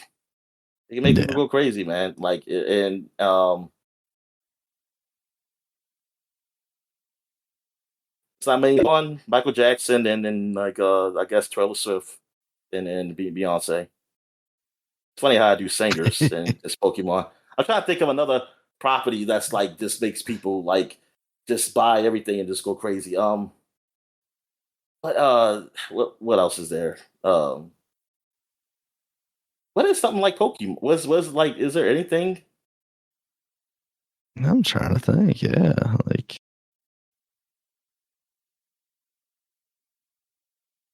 what would that be? Oh, yeah, I don't know. Like that would be like something uh, be huge, like just anything. Yeah, Donald I don't Trump. know. Yeah, well, Donald Trump. Yeah, I mean, I guess you could say it's Uh, any like sports teams, some sports yeah, teams I and mean, I stuff. was thinking about that, but yeah, because But they're it's, so it's spread out across each yeah, team, the Yankees, the Yankees. yeah, yeah. It's But like even yeah, then, I feel exactly. like Yankees fans aren't aren't the same as like a Taylor Swift. I mean, you could say like Disney adults or something, maybe even. Yeah, But that maybe. feels like such a small segment compared to like you said, a Pokemon or a Taylor Swift or something like that. All right. Let's see. What else we got here? That's it for 2016. So we're going back 20 years, 2006. And we got Half-Life 2 Episode 1 up here. Actually, that's a mistake, Daniel. I put the wrong Is it? month because we did talk about that already. I was gonna say I thought we talked about it, but I didn't know if it was a And cover or I something. put June up. I Oh, was I see supposed to that put now. Yeah. July. But I don't think there was much in July because I was looking at July in the Moby Games section. Yeah. But let me go ahead and look here. Darn, I forget. I gotta go another window. 2, 6. Let's see. July. Oh, overshot it. And I mean, I do have them up here. I have that game up here. Battle for Middle Oh, Earth. so that's why I couldn't see the games that I saw. And I did Prey. have. Yeah. Yeah. Yeah. Okay. All right. So because I had done the wrong month. Um, is there anything else besides those 2 games that I already have up there? Chrome 'Cause Hounds. I don't think we didn't talk about Chrome Hounds. Super Dragon Ball Z had came out, but I don't know if that's like is that a special one? I have no idea. Um, I had NCAA '07, but I don't know anything real special about it.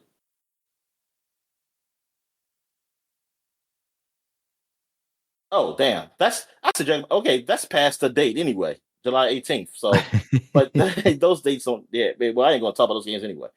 Yeah, there's really not much. So, yeah, so what we got for July is Prey. Prey was Xbox 360 game, and it also came on Windows. That where you played as someone like a Native American or something, and then Mhm. aliens came. Yeah. But your Native American ancestry gave you some powers to help you Yeah. You had combat the aliens. superpowers. Yeah. So Yeah, it because they kind of kidnapped your reminded, girlfriend. They abducted your girlfriend. yeah. And so yeah, so you went to so you had to go save her. And I mean I beat it. I mean because you had it, right? Didn't you buy it? Mhm. Or Yeah. okay, yes. So yeah, so I had played yours and beat it. I mean I liked what I played. I didn't dislike it.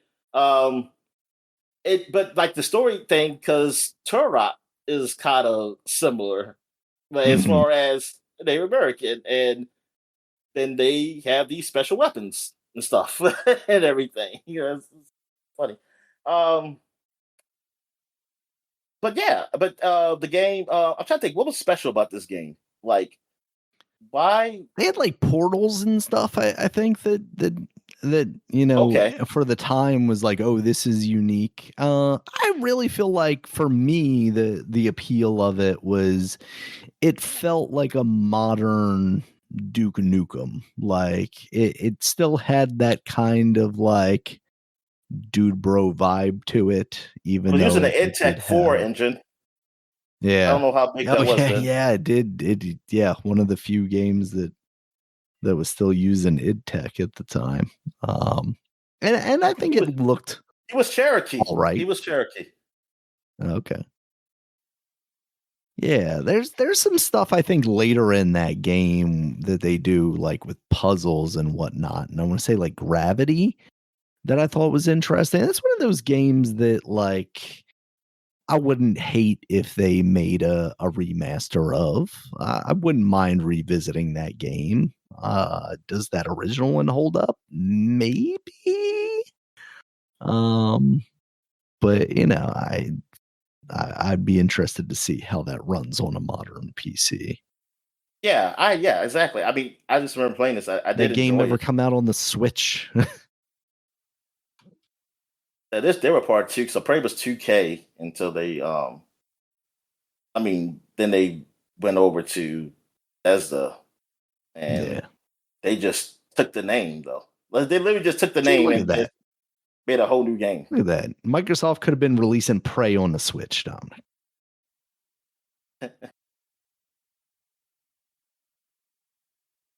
Oh man. Darn, I look at the screenshots. Oh my goodness, this game. Look at him looking at himself in the mirror. Right, Hey, actually, pure tech, Dominic. See, modern games don't even have that anymore. right, the last game. Oh, actually, is this the last game? No, no, not the last game. But oh yeah, Lord of the Rings: The Battle of Middle Earth 2 also came out 20 years ago. This was a strategy game which I always said I wanted to get. On because they actually did come on Xbox, the first one. I always want to get the first one. I just never did. I think because it never Mm, went like on sale, a sale that I wanted it to go to, a price that I wanted anyway. So I just end up never just getting it. yeah. Part two, I think it got rated really well. Um, actually, I don't know. I just put it up here because I just thought like, hey, chances are maybe it did get rated really well. Um, oh yeah, I got it now. Yeah, I mean, it got rated okay. PC 84, Xbox Okay, 360 I will be was gonna 75. say like high 70s, 80s. Yeah. Yeah, yeah, Game Inform give it 85. Well, they don't usually do 85%, I mean, but how many of these games come out nowadays? Like, do they still do the Warhammer ones, right?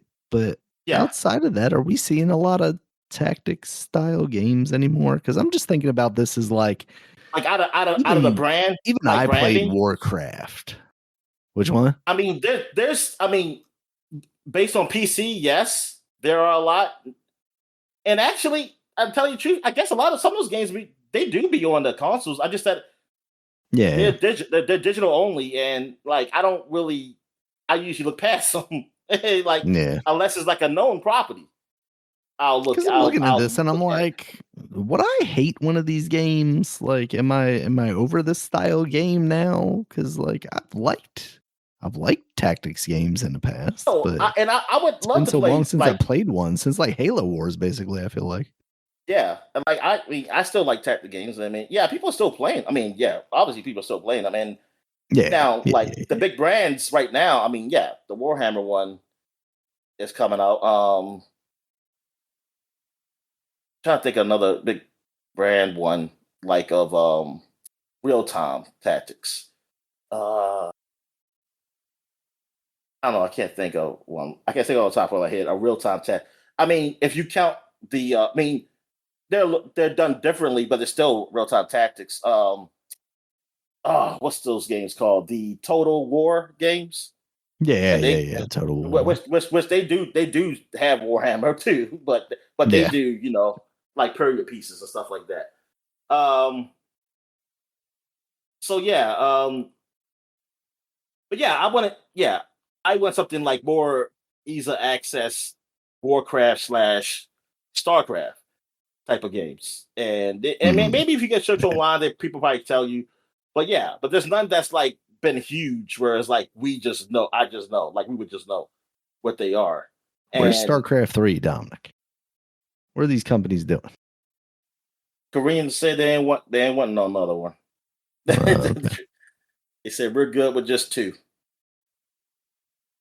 Um, It was like we finally got people to stop starving themselves playing that game. We don't want you to make another one that will do that The to our people. government over there is bandits, so they're like, "Well, it's not worth it then. People in America don't buy them like that." Yeah, exactly. Um, but yeah, I kind of want to go back to play these games because yeah, now I got a PC, and that was the other thing. At the time, I didn't have a PC to play on. I kind of do want to go Mm. back and play. Oh, look at a young Hugo Weaving. Oh man, such a I saw handsome that picture too, yeah. man. Yeah. All right. What else we got here? We got Xenosaga Episode 3. Also, Sprach Zarathustra, whatever you pronounce that last thing. But yes, this was the episode 3. This was the final episode of Xenosaga, Xenosaga, which I was about to say Saga. But yes, it was disappointing because this was supposed to be a lot longer, but because of constraints and sales, I guess they had to end it at 3. So I never did play this one, like because I think after I played 2, didn't really enjoy too much. I did hear that people say 3 was better, um, but I think it kind of was a downer for me because I knew that it wasn't being done the way the creator wanted. And Mm. I just said, like, man, with the disappointment of 2, it kind of just fell flat. I didn't care about playing 3 anymore. Um, but yeah, that this because I was really into I like Xenogears. Like I was really into Xenogears. So when I found out they were doing Xeno Saga, I was like, oh yes, I love how Xenogears really meld the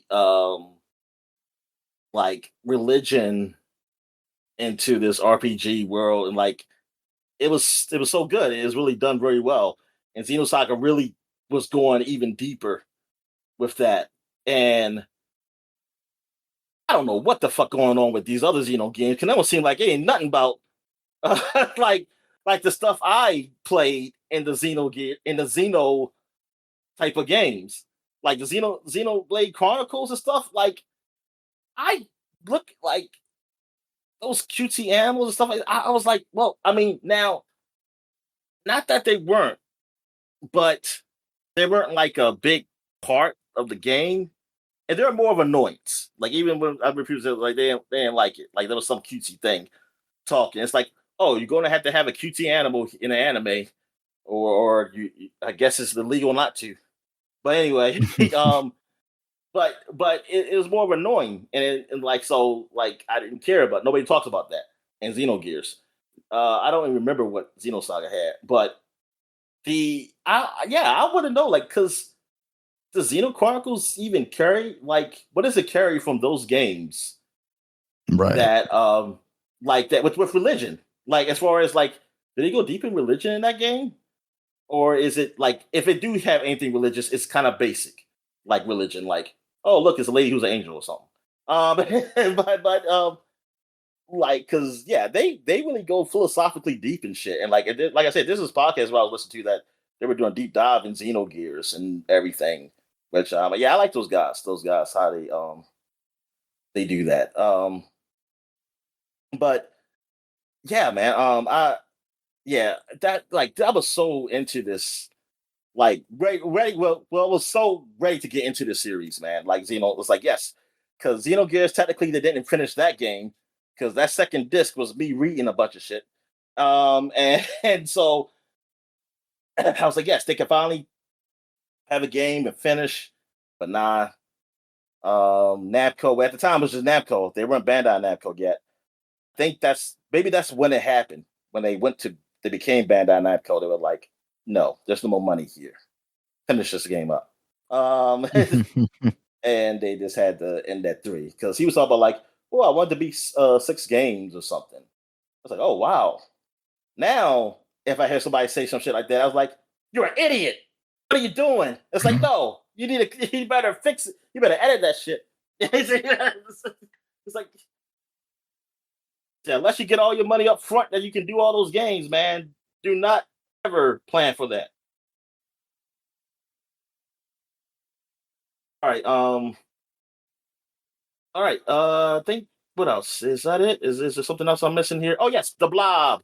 The blob, yes. Okay, so there was a game called D Blob. DE Blob that came out not 10 years little it come out years later. Well Yeah, years it later was after like this 2 game. years later in 2008. Okay. Yeah. But The Blob was the first game, and this is a game that not a lot of people know about. And this is the game that really put that. This is the reason why D Blob is what it is. This was only on Windows, and yeah, you pretty much do what you did in D Blob.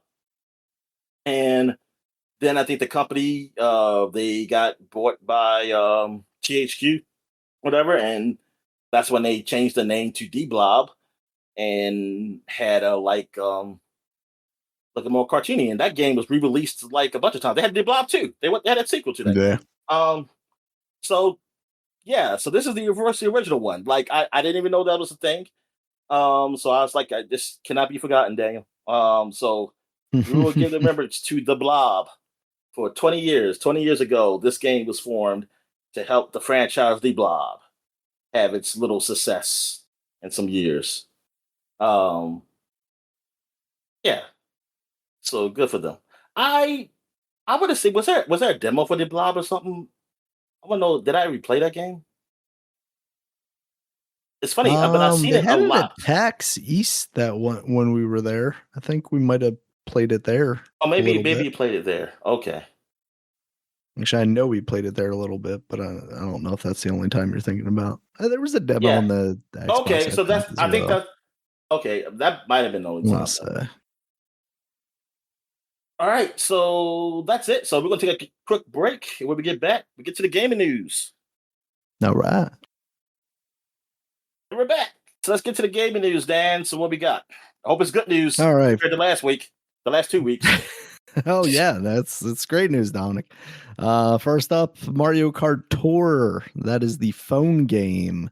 Because I had initially confused this when I saw the articles. I was thinking World Tour, and I was like, Me they're too. stopping the service for World Tour already? Jesus, It's what like I was happened? like, oh my god, those emails, I ain't take them seriously. I was just sending them out. I didn't think you were going to actually I guess we're just do playing it. Sonic Transformed from now on. Um, Yeah, the thing about this is like they've done this before with their phone games. You know, Nintendo is obviously not super committed to these things. There were the Fire Emblem games. There was also the Animal Crossing game. Now, it's probably been a year or two now since the Animal Crossing game was taken offline. But what they did with that one was made it a paid video game. You know, a full fledged. You just give them a couple of dollars and you can play that game in perpetuity. Now, that does not appear to be the case with this. So here we are yet again with, the issue of games preservation. In this case, it's a phone game. Now, the thing about this is like, you want to talk about video game preservation. And obviously, we're not big phone game guys, but this is the place where games die the most because there was some game that I was looking at for my daughter a couple weeks ago, and I was like, man, there's just no way. Oh, it was Donut County actually, because Donut County released an Android version back in the day, shortly after the console releases of that game. And there's just absolutely no way to play that game on the modern Android ecosystem. And it's so confusing that, these games that theoretically are running on the same like style processors and underpinnings are just completely left behind. Like you would think it would be more in the vein of like a PC where the games kind of, exist in perpetuity and in some cases run a little better because you have better hardware nowadays. Yeah, I guess because yeah, it's just maybe the standardization of this stuff is just not Yeah. like a thing with phones, and Mm. I mean maybe that's what Or in the causes the case of problem. But something like this, and it would be a more modern problem, but so many of them are probably server tied to yeah, something that once they're gone, they're forgotten basically.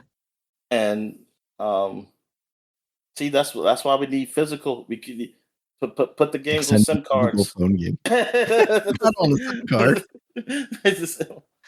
I mean, it's got to be on a SIM card because they don't have SD card slots anymore. That's for sure. yeah. What's on this one? Uh, My contacts from high school and the county. yeah. Oh man, yeah, yeah. That's I mean that sucks. But play a better game. Play.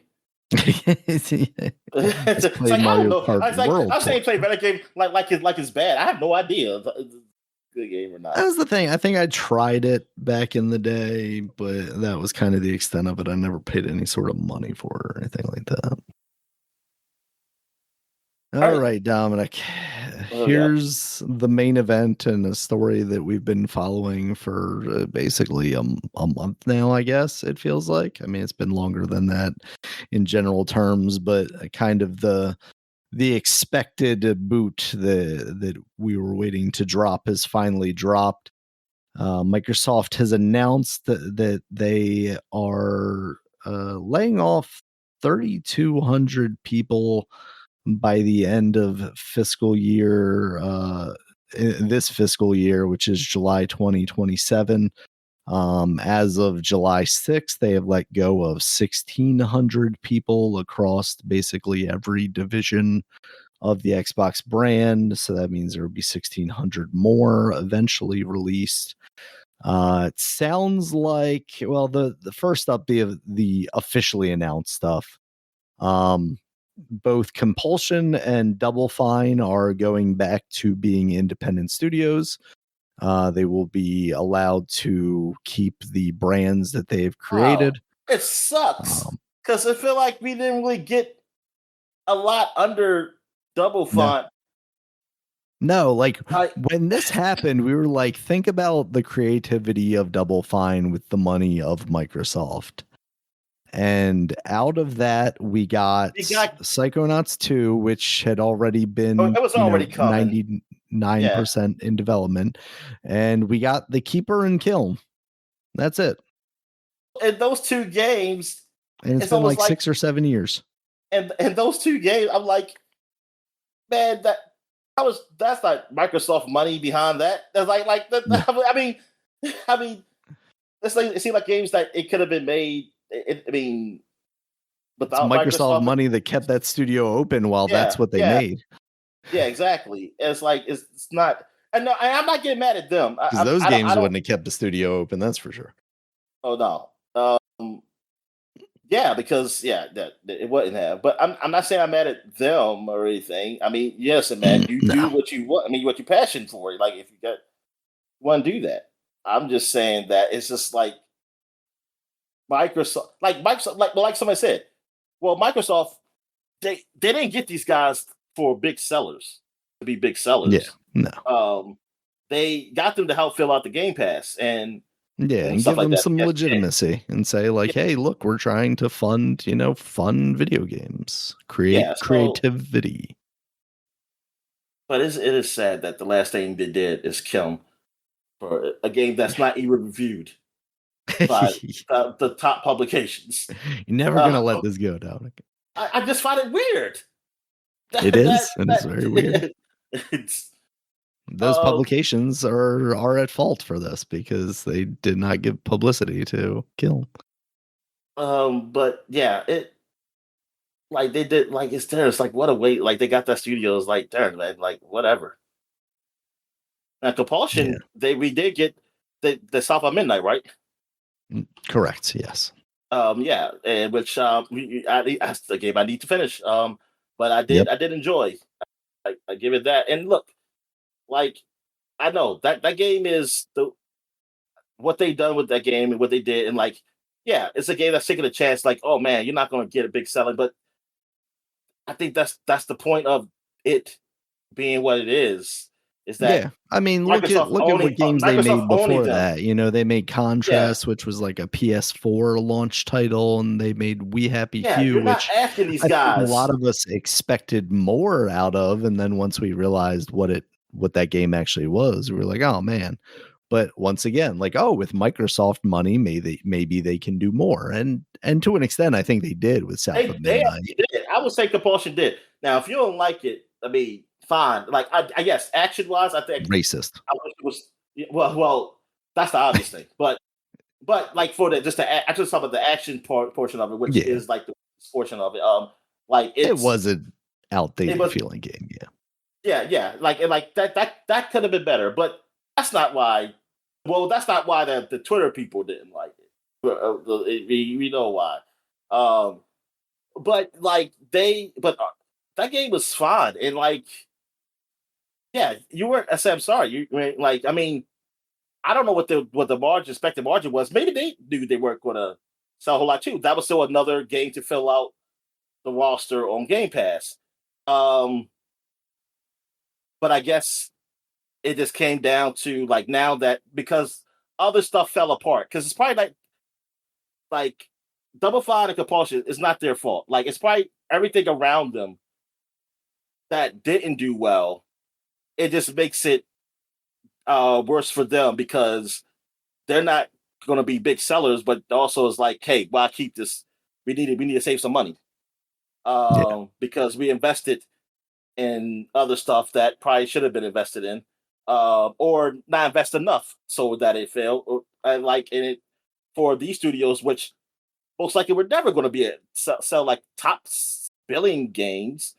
If it will happen, it'll probably be an accident. But like that's nobody. I don't think anybody looked at them and expected that, and I don't think. Yeah, and I think Microsoft didn't expect that either initially when they got Mm. it. I mean, I'm glad that they're able to go independent, though. I mean, I hope they're fine. I hope they work out to be fine doing that. Yeah. Um, it just sucks. Like them going away. Then did you get to the part sells off Undead Labs and Ninja Theory? No, so Okay. that's the next part, right? Is those two studios, they have decided they have found another, you know, party to purchase them. We don't know who that is yet. They have stated that they are going to continue to help fund these games so that, you know, both of them actually get released. You know, State of Decay for Undead Labs and the new Senua game. And I wonder if part of that is just everybody giving them shit about the Senua game that they literally just announced and then proceeded to, you know, potentially not release. Um, Now, I think one of the complicated things that people have pointed out is like as part of this announcement, they've made no a promise basically that those games are still going to come to Game Pass, you know, despite the fact that, you know, they were previously advertised as such. So we'll see what ends up happening there. I mean, at this point, that's kind of the least of the concerns, right? Because like God only Yeah. knows when those games are even coming out anyway. Um, you know, so there's that, and I think there are layers to it, right? Is like, yeah, Compulsion and Double Fine got their freedom basically, but at what cost? Because both of those are studios. Well, I can't speak on Compulsion. I don't recall honestly, because I think they got bought up pretty quickly after We Happy Few came along. But like Double Fine was struggling before they got picked up. You know, they were funding every game through crowdfunding. They had the Fig, you know, crowdfunding company that they set up themselves in order just to make Psychonauts 2. So it really worries me that just because, you know, Microsoft didn't gut them, it doesn't necessarily mean that, you know, putting this domesticated animal outside is going to mean that that animal survives basically, you know. Yeah, exactly. um That's what I was thinking. you know, and now you have Undead Labs and you have Ninja Theory, who are theoretically bought by another company. I really wonder what that company ends up being. Is it, you know, Saudi Arabia for at least one of these teams? Is it? It's not like an EA. I mean, that's Saudi Arabia at this point. Like a THQ or you know, Embracer Group is dismantled all of the things that it picked up. So I just don't know what company would have picked them up. Do we live in a world where Undead Labs was picked up by Sony? I have my doubts. You know, I don't think Nintendo picked up any of these companies. Yeah, that's their live So service game. well, that's why that's the one I went to with Sony. Is like outside of any of the potential, it would probably have been, you know, that game if they were going to pick up any of them. But I have my doubts that they're going to. Um, yeah, it seems it seems bad all around. I mean, it is bad all around, but it seems like even the options where we're like, this is the best possible outcome for them, it doesn't necessarily guarantee their survivability. Um, you know, and maybe these two games and these two studios have maybe the best chance because they're getting picked up by, you know, another company. but who's to say that company, keeps them around for very long? And then you have, the brands that are under the Xbox brand that you think necessarily by like them still being under the umbrella that they've still got their support and whatnot. But we're hearing stories from all around their brands that they're just getting basically annihilated.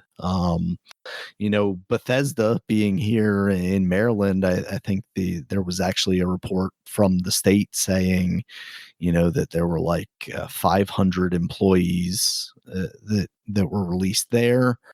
And that's between like Bethesda Online Games and another brand, I think. And then you So have that's why id, my dad which was talking about, because he oh, was did he? saying Yeah, yeah. I wouldn't be surprised if that was even on like the local news or something here. it was, but yeah, they announced that about like losing jobs. Yeah.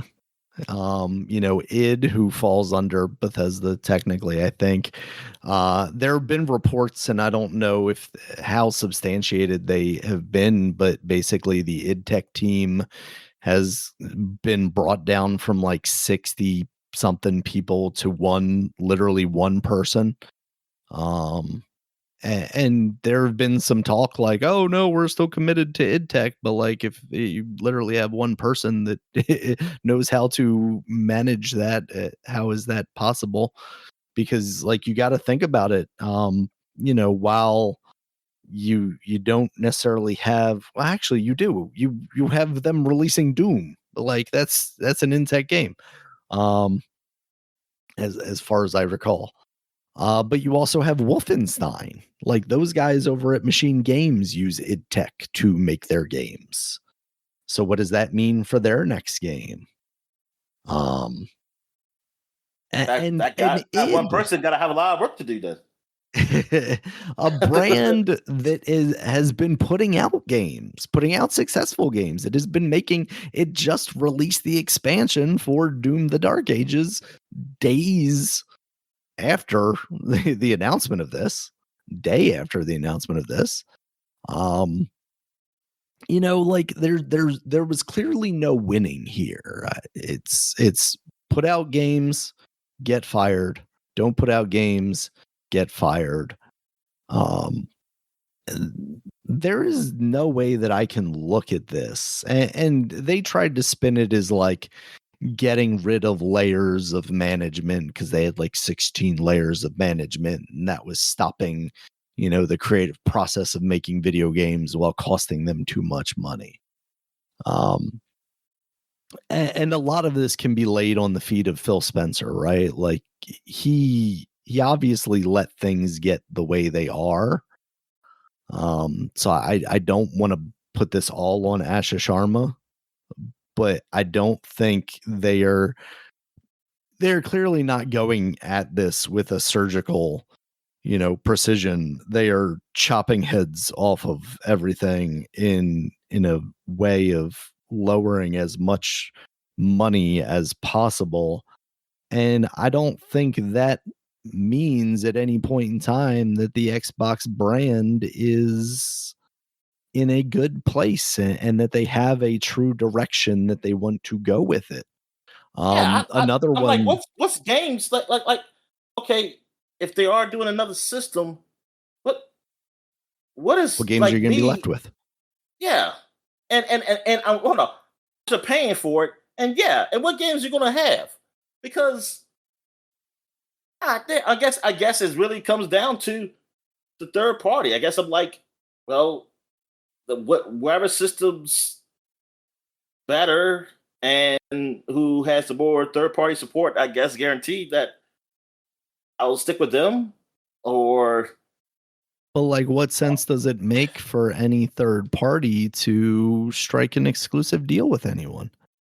And if I mean, it don't make Microsoft sense at doesn't want to all. pay It don't. It for don't. their own studios, I mean, the thing then they're not is, going to pay for they exclusives. need to make a deal. I mean, not so much a deal to keep off of Sony, but they got it for Game Pass. they gotta make a Yeah. deal with those. Yeah, I'm like, that's the thing. Like, I Now there guess that's was what it some is. talk that they had stopped, making those deals for Game Pass actually, Yeah, yeah. or I significantly hope it's I reduced hope it's them. like I think that's been walked back a little bit. I think those have ended up not being substantiated necessarily. Um, but I could very much see a world where, yeah, if they're not paying to make games in house, why would they be paying to get more content on Game Pass? I think it's yeah, very but then clear that it doesn't make sense. the Then it point doesn't make sense to even for them to be in the have business. yeah. It doesn't. No, it doesn't at all. Because Um, what you're buying, what are you buying?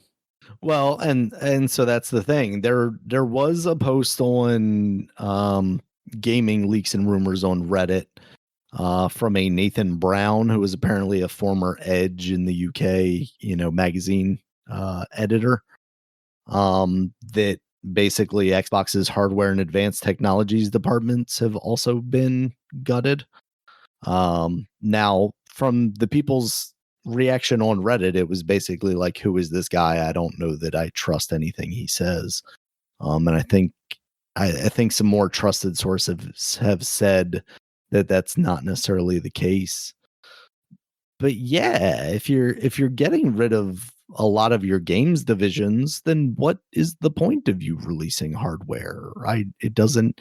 I would be more inclined to keep game division people around making games because I'm now one of the largest publishers of video games in the world after picking up Activision King Blizzard, and going away from hardware because PCs exist, because the PlayStation exists. I can publish my games there. The Nintendo Switch exists. That we still haven't really seen Microsoft making an effort to publish games there. We did get South of Midnight there, or getting South of Midnight there. I can't remember if that's released or not. We did get Um, Indiana Jones, right? Minecraft, obviously. What's that? Indiana Jones. Yeah, we got Indiana Jones. Um, didn't get Starfield yet. Um, and I don't know that we would. I don't know that who you would have to work on that. You can't have Bethesda work on that. Bethesda needs to be making the next Elder Scrolls game. They can't be distracted, especially if they're getting, percentages of their studio getting wiped out through this as well. Um, I really am just looking at all of this and wondering, like, what are they attempting to do here outside of just lose the most amount of game development talent they could possibly lose, that the industry could possibly lose. Like, it is incredible the Like, what is amount the of like? people. Yeah, because I'm thinking like, okay, does the future outlook look good? Like, I was like looking at this is like, what? I don't know what the future is. Like, this is. It's like I'm not gonna. Yeah, it's like I'm. Future doesn't appear to involve them making video games, that's for sure. Yeah, and I don't get anybody who defends this. I think you're pretty weird, or I mean, I just say you're trolling. Like that's why I just Oh think yeah, anybody yeah, who yeah, kind of it's offends, not a they gotta genuine be trolling. opinion. Yeah. Yeah, like you're just trolling, dude. That's it. But I don't. Yeah, it's like okay, so I guess I look at PlayStation, and then if you're a guy who's like, well, they're not doing disc on their next system, and even on the current. I mean, if they still put out games on PS5, it's after 2028. If they weren't in development and what like 2027 or what something like that, they at a certain date they're gonna have to be digital. So Yeah. if you're one of those people who are just totally against going all digital, uh, like because some people say like, oh man, I'm going to Microsoft. Like, but what's their future? Like, what are you going to? Like, Mhm. why would you? Like, why would you even go there? Like, why go anywhere? Here's the thing. Yeah, just stay and see what the hell they do. That's what I'll be like. I ain't buying. I was like, I ain't gonna buy none of that shit. I say because this don't make no sense. And then you're gonna like.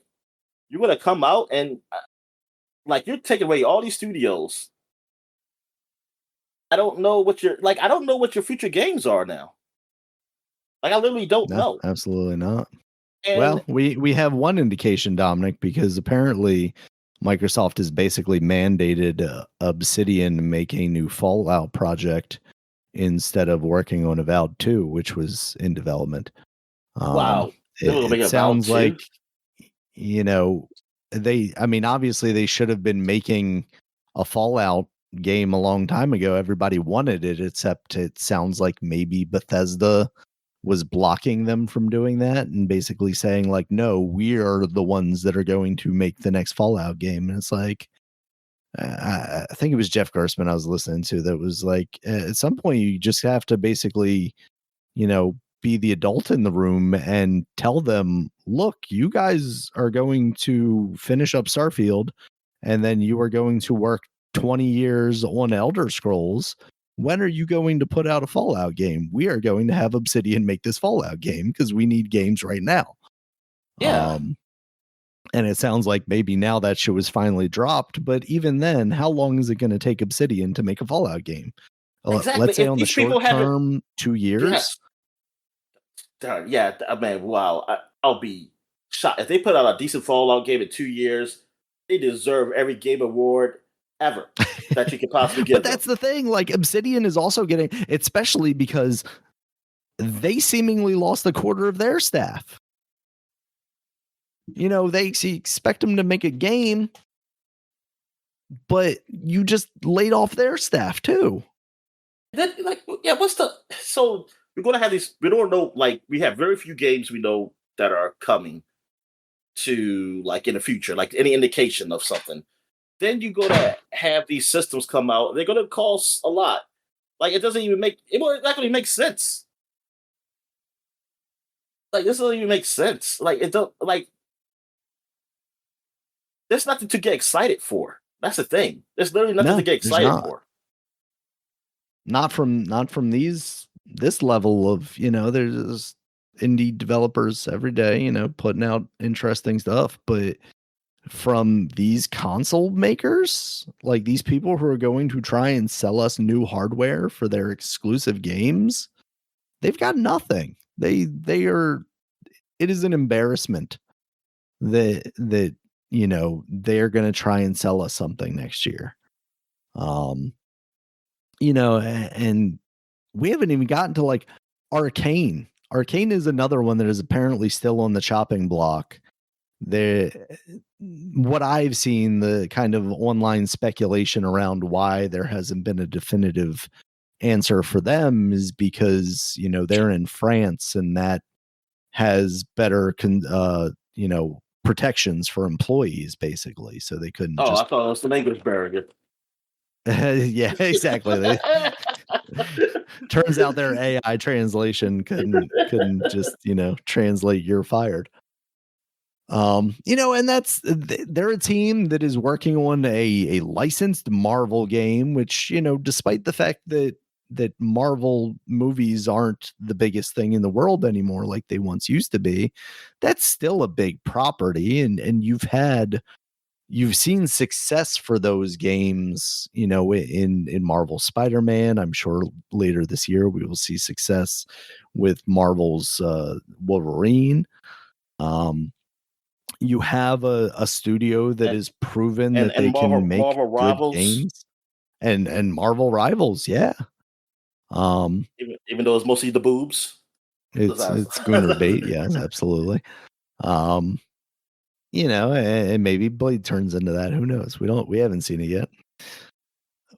But seriously, like, and it sounds like that game is relatively far along into development, and that's another studio that could potentially either get shut down or sold off Damn, I'm relying or on the what have French to you. make a black superhero game. What the fuck, man? Fuck this world. Yeah, I would say I don't know that the blackness of it was ever going to come into play coming from Marvel, but I mean they are the Oh, ones that I created was the joking. character. I mean, I have no. I mean, that's another conversation. That's a But you whole make nother a good conversation. point, even in jest, Dominic. Yeah. I think there's some legitimacy to a concern there. But in modern video games with the Marvel branding on it, I don't know that was ever going to be a strong, plot point necessarily. Despite what could Nah, I be a mean, fundamental part of that character. yeah, the most would be it's just that like he he likes fried chicken. That's about it. Oh, I think Jesus Christ. that's and he likes every now and then like some watermelon. I mean, who amongst us doesn't? The redness of the watermelon is really like the blood. It's just like it's Oh, really, is that what it is? Okay. the more That makes the sense. redder the watermelon, the better it is for him. Um, You missed the joke there, Dominic. The redder the watermelon, the sweeter the juice. Come on. oh yeah, sweeter juice. Yes, that's right. Oh, I want some watermelon. I really want some Got one watermelon right sitting on my now. counter. Oh man, you do. My dad I- growing some. Oh, yeah? Nice. I don't know It's if just it, going to take forever. it's like he growing melons and he did Oh, he okay. put the watermelon seeds. He said, but they ain't working. I said no. We'll see how long that takes. So ever. I know he got Yeah. these little tomatoes he grew. I was going to say, we got some tomato plants, but nothing have come of them yet, but they're pretty big now. So, yeah. Do you get? Yeah, these are like look like the Roman looking tomatoes that he has grown. okay. Yeah, these are going to be cherry tomato plants. Yeah, these they're all right. They taste all right. He tried the green one to see how it tastes green. I let him do that, man. He said it was horrible. Yeah, I would imagine. I'm not a huge fan of tomatoes as it is, but I'll eat like a cherry tomato in a salad or something like that. It's not too bad. Occasional slice of a tomato. I don't know. I'm Yeah, not going to eat it like an apple. In my later years, I was really into tomatoes. I really like tomatoes, man. Like a good it has to be like a good tomato that I can just eat by itself. Like I'm good with that. But anyway, yes, back to this freaking horrible news. But yeah, it's God, man. Like, yeah, it looks like that. Here it is. Like, you stay with your current system or PC or whatever you got. I mean, I guess you could. I mean, if you can afford to upgrade your PC, hey, good for you. But like just but as far as console goes, it's almost like a wait and see. Just like to say, like, hey, let's see what the hell's going to actually happen in a few years. With these guys, these companies, because like based on what they showed, like the games they have coming out in the future is not um it's not that far ahead for me to like they're not that far ahead, or they might not even come out. They might not even come out. They're not so it's like I don't know like what's beyond that, because like I'm like you got new console. Yeah. If people were hinting at new consoles for next year, it's just that that is it, I haven't seen. Usually, if a new console come out next year, usually I would see something that looks like something that's supposed to be on that console.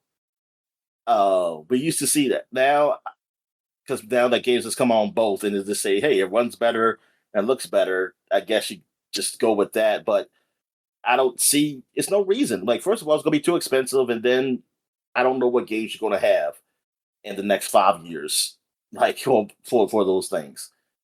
And hell, you might even do that. What you did even longer. What you did with this generation even longer, and just have games come on both. But it probably a longer extended time. That's what I feel like. I feel like I said it before. I think Grand Theft Auto is basically, as far as big AAA games. I mean, you still have the Naughty Dog game. I hope that turns out well. And you still have I hope Fable comes up, but that comes up before Grand Theft Auto. Trying to think what's If it after comes Grand out. Theft. I mean, some people are going to say the God of War. But yeah, the God of War. Did we even get a date on that? We don't, right? We don't have a date on that. The woman. Yeah, I know it's come out, Yeah, but it said Lao Fei. did they say They didn't even say next year for that game.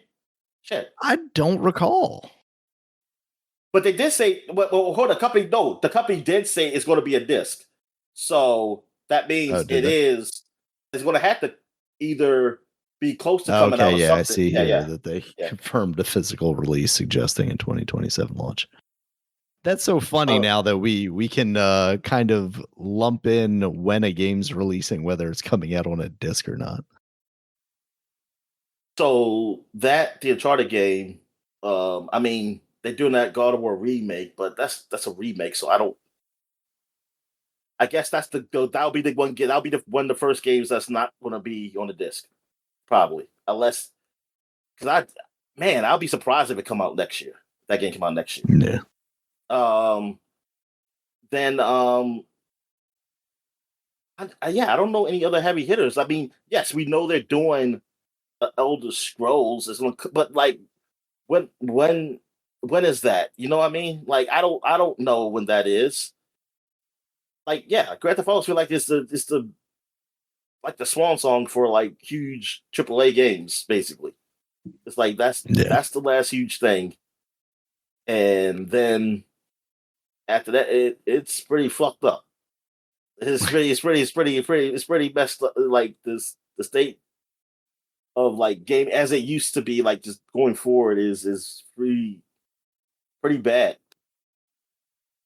We lived through peak video games, Dominic. That's the thing. Yeah, I can actually say that. Yeah, I was like, hey, that's sad. Because when I was younger, I used to always think like how I thought about that. And particularly video games was the thing. Video games and entertainment. Like I say, man, when I die, there's gonna be things that's done better because of technology and other creativity because they learn from these people that I'm not gonna be able to see. And that pissed me off. Because I was like, I want to see all the great stuff. It's sad to me to think like, oh, maybe it's good to die. I don't live too long because if I do, I'm going to see something a whole lot worse. like that happens. Yeah, like things could happen that can be a whole lot worse than anything. I mean, it'd probably be so far in the future that things get back really, really good that it's like, it's like, darn, this is sad. It shouldn't be a thing. I should be like, man, I said, good for you guys who get to see what happens in gaming in the future. It shouldn't be like, darn, man, I saw the best times. Yeah.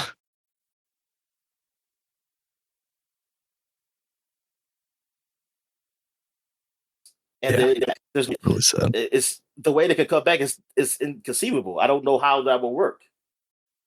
Like society would have to literally change. Yep. It's like yeah, we've defeated all creativity. Capitalism has won. Yes. Yeah.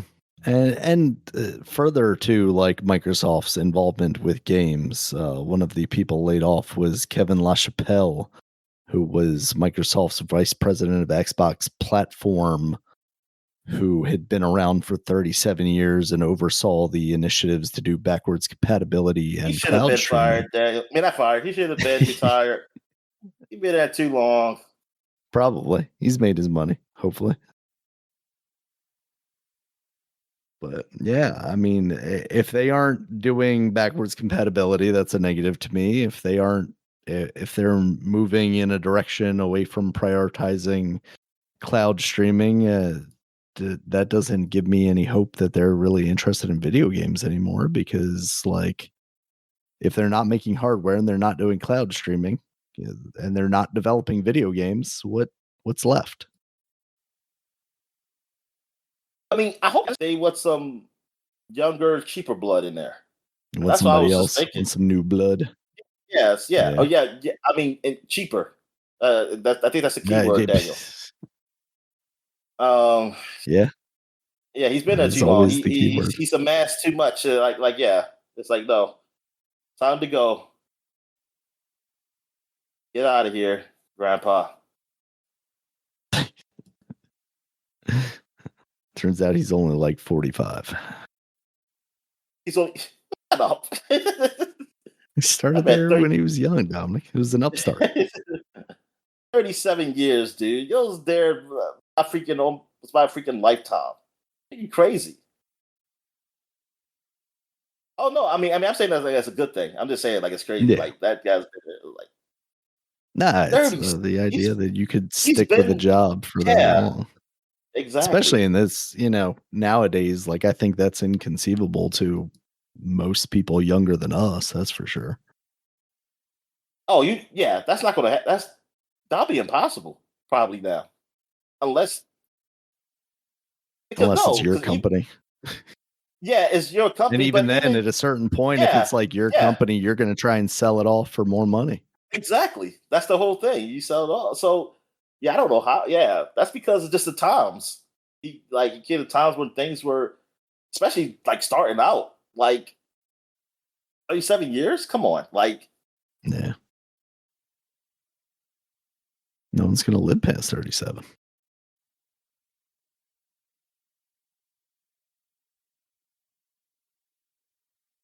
right.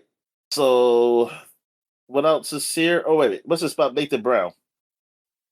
That was just the thing that I was telling you Oh, that okay, the there were hardware. rumors that the hardware and advanced Yeah, technologies departments had been gutted as well.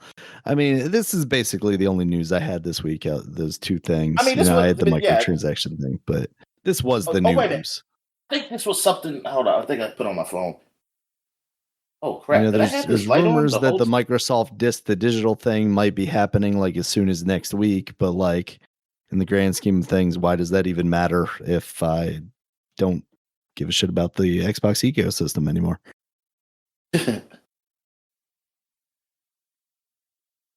um, where is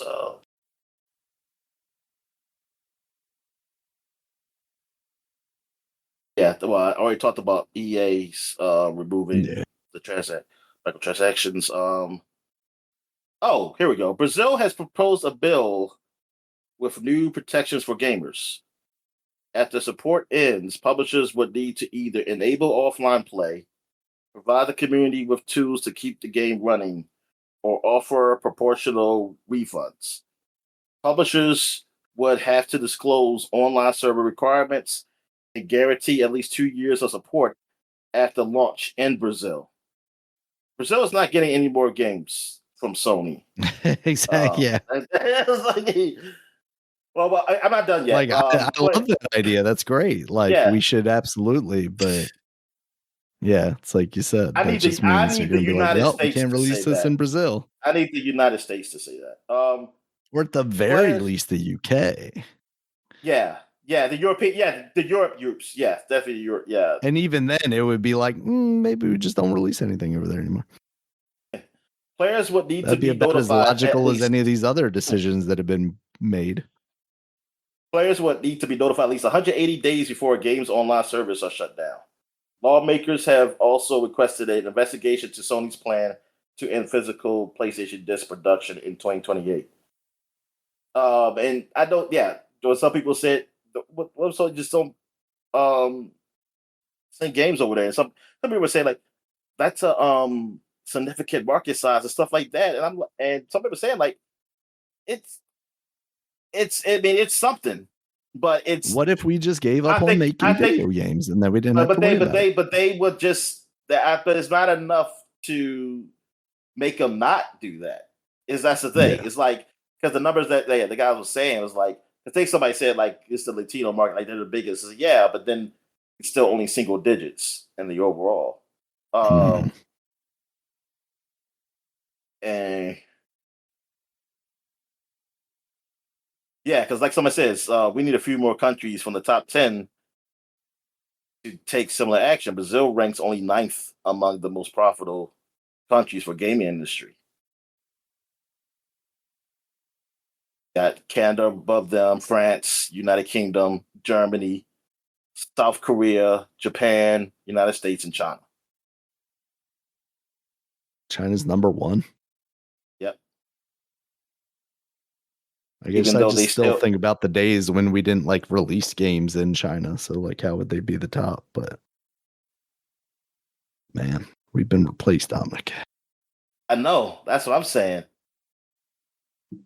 It's just so I just find it funny, like how like doing politics, like they talk about the China and like we look at them almost like not as allies and stuff, as enemies, but it's like, but we still do all business and stuff with them. Like, and so they're not as bad as Russia, but we still don't like them. Like, I'm confused. Like, but we still do business with them. That's the thing. We do business with, like, we do serious business with them. We're Like, held hostage by them, Dominic. just, We owe them a lot of money. That's the only reason why. yeah, but the thing, like, we owe them a lot of money, which I just feel like that is such just a term. That's just words. This is like No, I yeah. ain't paying you that back. And what if this guy say I ain't gonna pay you that money back? So what you gonna do? You want to go to war or what? Or do you want to? Because I mean, you can, but you can't. But can you? Do you want to even attempt it? Like, is it worth it? Um, but it's not worth us even like being like no animosity to them either. But Yeah. I mean, in that way. But I just don't get it. Like how it's like we look at China like we're like they're a threat or like someone a threat or something, but you still work with them. Like I don't I never got that.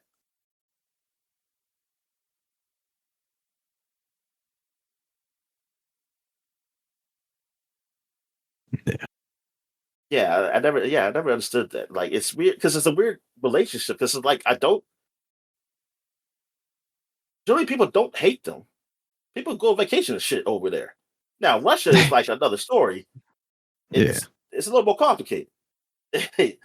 um, and especially like now it's even more complicated with us being against what they're doing with the Ukraine and everything. But like yeah, but China's like we still want to do things, but we still hold them at bay. It's like I are okay. I mean, I think everything we say is words because the reality is they have literally everything. They make everything, and Exactly. They're one of those countries where they've got they us are over not the barrel, reliant. Dominic.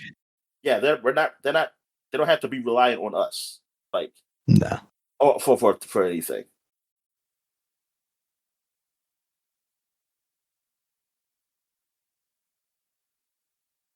Which I don't mean personally. Like I don't care as long as we have enough just to defend ourselves. This is that's all I want.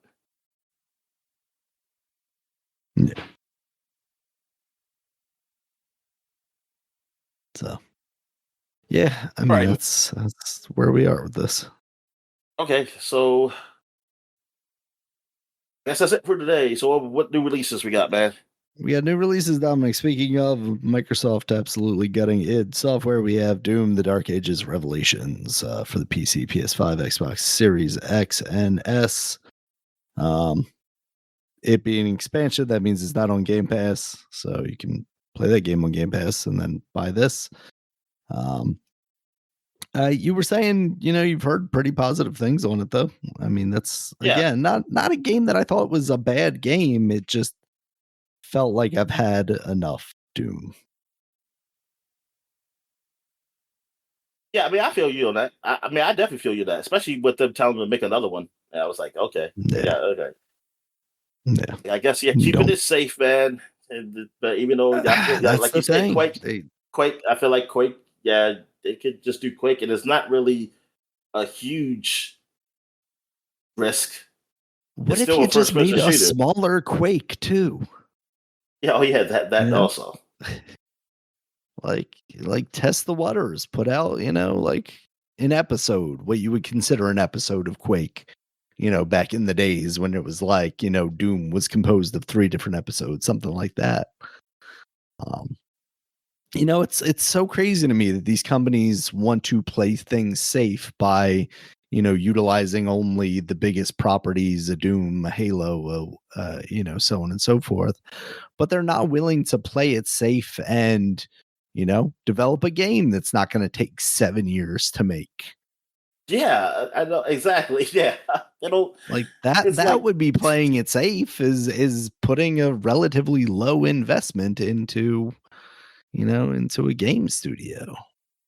oh yeah, but with And Microsoft, I'm glad that that Rare is still around. At least they got them. that one's shocking. Turn 10, I think, is a bit shocking. The Forza people that aren't the Forza Horizon people, because like honestly, why would you have a whole studio for them when you could just say, hey, Forza Horizon guys, make a boring version of the game that you already make. I was actually joking. I was thinking like there was nobody in Rare, but there Yeah. are people actually in Rare. What are they doing? I mean, that is not a studio that I heard, them talking a lot about Yeah, letting go of the people. studio because there's zero people there. They just know what Hey, they just ain't there's tell nobody. two, and they make all of this Sea of Thieves content that is propping the That's entire right. Xbox I'm brand right now, sorry. I'm Dominic. sorry. That's right. I That's keep the only forgetting where. successful game they have. How dare you? Keep forgetting that Sea of Thieves is where. Like I never Yeah. associate with where. But yes, okay, yeah. Well, then that is actually legit surprise. Then, like, I mean, I guess yeah. I guess they figured, hey, that game's doing well. There's nobody to gut over there. I guess. Yeah. You can reduce it by 50%, go down to one guy? I don't think so. Yeah. So, all right, Dominic. Next up, we have Assassin's Creed Black Flag Resynced. That's out on PC, PS5, Xbox Series X and S. You said reviews didn't look too bad for that. That is a game that like I'm kind of like I have enough of nostalgia for Black Flag specifically that I wouldn't mind giving that a try, but I don't think I'd be How willing much is to it? It's pay like a full full price price game, for it. right? Yes, I it's at least 60, I'm sure. yeah, minimum 60. Yeah, uh, yeah, And that's just exactly. not But something I'd be willing to pay for it. I mean, it sold 2 million. I forgot how many Yeah. days. Yeah, Yeah, so it's 60 on Steam. So, it's yeah, but I mean, yeah, good for those people who got it, or maybe some people who didn't play before. mhm. Yeah, that was one of the most popular Assassin's Creed games, and yeah, even though I don't remember As a nothing about the game, damn if it came story. to Game Pass eventually and I still have Game Pass at that point, I would give a shot, Oh but yeah, if it's part of Ubisoft classics, definitely. yeah. All right, next Oh up, no, but Backyard yeah, by the Baseball. time I won't have Game Pass. I won't have Game Pass by the time that That's thing yeah, happens. that's what I'm thinking is I probably won't either. Um, yeah, Backyard Baseball, Dominic. There's a new version of that. It looks pretty Yeah, I all right. saw. It's out on PC, Nintendo Switch, PS5, Xbox Series X and S. I'm glad to see that this series has kind of revitalized itself and still staying true to it looks Got like it's what still, year I a point played. and click baseball thing. I played I mean, it was still no known players Mhm. on the cover about when the one I played, um, Yeah. and it was I enjoyed it. I thought it was fun at the time. Mhm. Um, but yeah, backyard baseball. That's Uh, good. That's good. all right. You had the drop of Call of Duty Black Ops 1 and 2 on the PS4 and PS5. It sounds like those games are just ports. But there's a guy at work already that was staying up till all hours of the night playing that. So I guess for the right audience, that is exactly what they Yeah, wanted. yeah. I mean, probably for those like real nostalgia, they were probably playing that. Like, but they Mhm. for Black Ops, that's when I was pretty much over it. Yep. Same. Yeah. I mean, I played the story because I heard the story was all right, and I remember because I was listening to podcast. This was like a whole bunch of video game podcasts. Well, there still are, but like from the actual media outlets. Yeah. Everybody was always talking about the numbers. They kept talking about the numbers and stuff, and Mhm. so I go see what the hell they talking about. So what they talking about these numbers on Call of Duty? I say, oh, now I get the memes now or the gifts with that. Uh, um, And also, I want to try out the new zombies. Like the new, I heard that was like a really good zombies mode. And then I realized, I don't like zombies mode on Call of Duty. It's not what I thought. Yeah. Um, and it's worse now. Like this was, I think that was at the top. I mean, it was okay. It was okay then, but now it's much more worse with the monetization and stuff. Oh my god, like it's awful. All right. So anything else? Also, EA Sports College Football 27, which you mentioned earlier, PC, PS5, Xbox Series X and S. And Pal World has hit 1.0, Dominic, on PC, PS5, Xbox One, and Xbox Series X and S. They did it, Dominic, despite Yeah, they did it. Nintendo. They did it, yeah. They were And no, able to good for get it. them. Even though it's not my type of game, like even I was talking about this game years before it was coming out because I was really wanting it, but it turned out to Only be. Pokemon with guns. I learned that. I mean, in a different time, I would like this, but survival games just aren't they're not my thing. And like, if they have a legit campaign, like Pokemon, I will play this. Now, what they have is that it's more you discovering the stuff in the world yourself and learning. And I'm too old for that, man. It's like, look, dude, I can't. It's like I don't have much time. I need a goal. Like I need directed experiences. Yeah. So, but good for the people with that. That's all I was hoping for though. It's like they have some like, oh, we have a actual thing where you can do a campaign here or whatever. I said, oh, okay, yeah, that's what I want, and and Pokemon with my guns. But yeah, I'm happy that they got through this with Nintendo after Nintendo because they should be making a good Pokemon game.